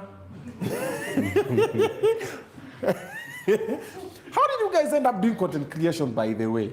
Because with the business you do, and the money coming in, and then Bukopare, hello, welcome to our channel. How did that even get into how did you spiral into that? So, for us, content creation is not for money. Actually, we've spent more than we have earned from content creation. No, what I mean is, we have spent more than we have earned. Tunalipwa. We even have brands we're working for. But I'm saying we have spent more than we have earned. Okay. So we do mentorship, even for premarital, what do I call it? Platforms. Classes, yeah. We hold premarital classes. Yeah. And then to realize, actually people are hungry for knowledge, information. And we are holding it when we can actually help. Because hata ile maswali umeuliza is just a tip of the iceberg. If we were to talk about marriage, there's so much to learn about marriage. Now, so many people are ailing from just lack of information. And we thought, because we talk to people and we see the impact it has on our small circles, why not take it out there? So, we are not even charging for you to subscribe to the Thukus YouTube channel. Yeah. But here you will find a lot of knowledge that you need for your marriages. So for us, it started as a ministry platform. Yeah. Oh, wow. How's Harriet? Harriet is an amazing daughter. Yeah. She came in as a house girl, but she's now a daughter. We adopted her. Oh, yeah. That's interesting. Shamba alipewa? Tulimpa shamba, tushampa title. Way. Yeah. Mambo ni live. Yeah. That's interesting. Keep doing God's work. Sit and like support Team Obinna family. Let's subscribe on their YouTube channel. Let's follow them on their socials. Instagram, TikTok, Facebook. Jina ni gani? Yeah. The Thukus. So the Thukus on TikTok. And we still have our personal pages on TikTok. And Purity Thuku, he's Thukus on. That's on TikTok. Okay. On Instagram, Purity Thuku, Dominic Thuku. And still Home Point Kenya. Okay. And then on YouTube, we are the Thukus. And we also have the Thukus Sermons YouTube channel. Okay. Yeah. Haya, pale kuna conversations zingine even more deeper than this one. Even now they'll take more time and now tackle topic after topic pole. So fika pale pia get advice because I know you need it. Your marriage is ailing. Wewe niwe naongelesha. Una suspect niwachi wakudumu watadumu kweli. Niwe na kuongelesha. Yeah, follow that channel. Thank you so much guys for coming through. Thank you for I appreciate salimieni family mkifika nyumbani. Nakuja huko Ruiru nitembee nione hizo ma 6 bedroom. Karibu sana. Niwache hizi za TikTok hizi naona za 3 bedroom za nini. Lakini hapo kwa 20. Nilikuwa nimepiga hesabu nikasema kapiga hesabu mmenishukisha mmechukua tu ndoto yangu mkafanya hivi. Mkaweka mkaniambia 20 hiyo ni a beginner. So I'm just like but it's true I'm a beginner so start somewhere. You have to start somewhere. Pole tu tukisonga. But asanteni sana. Thanks for having us. All right. Thank you so much for watching this particular episode. Coming up next, I have a very good friend of mine, Jamaa kwa kupiga photo. But before akwe photographer, alikuwa spoken word artist. Na tumehustle naye Nairobi, man. I'm going to come back with him in a short while. Thank you for watching this one. Subscribe, maze. Comment, like, and subscribe. That's all we're asking you to do.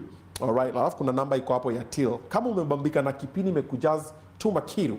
toa kitu na utume ya kutoa. Yeah, whatever it is, just support the show. The till number is over there and we are grateful. Thank you very much. See you guys in a short while.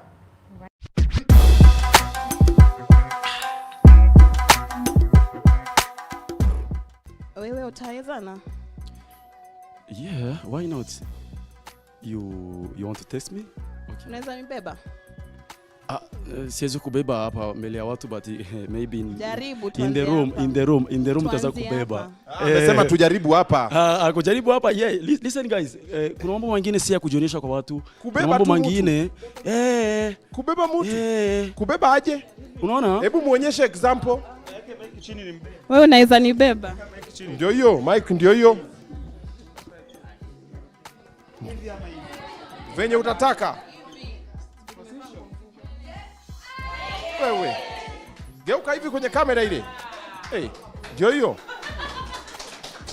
Kama we ni mwanaume uko hapa lakini unaona tayari mrembo umeona lakini umechoka, pasua baluni yako.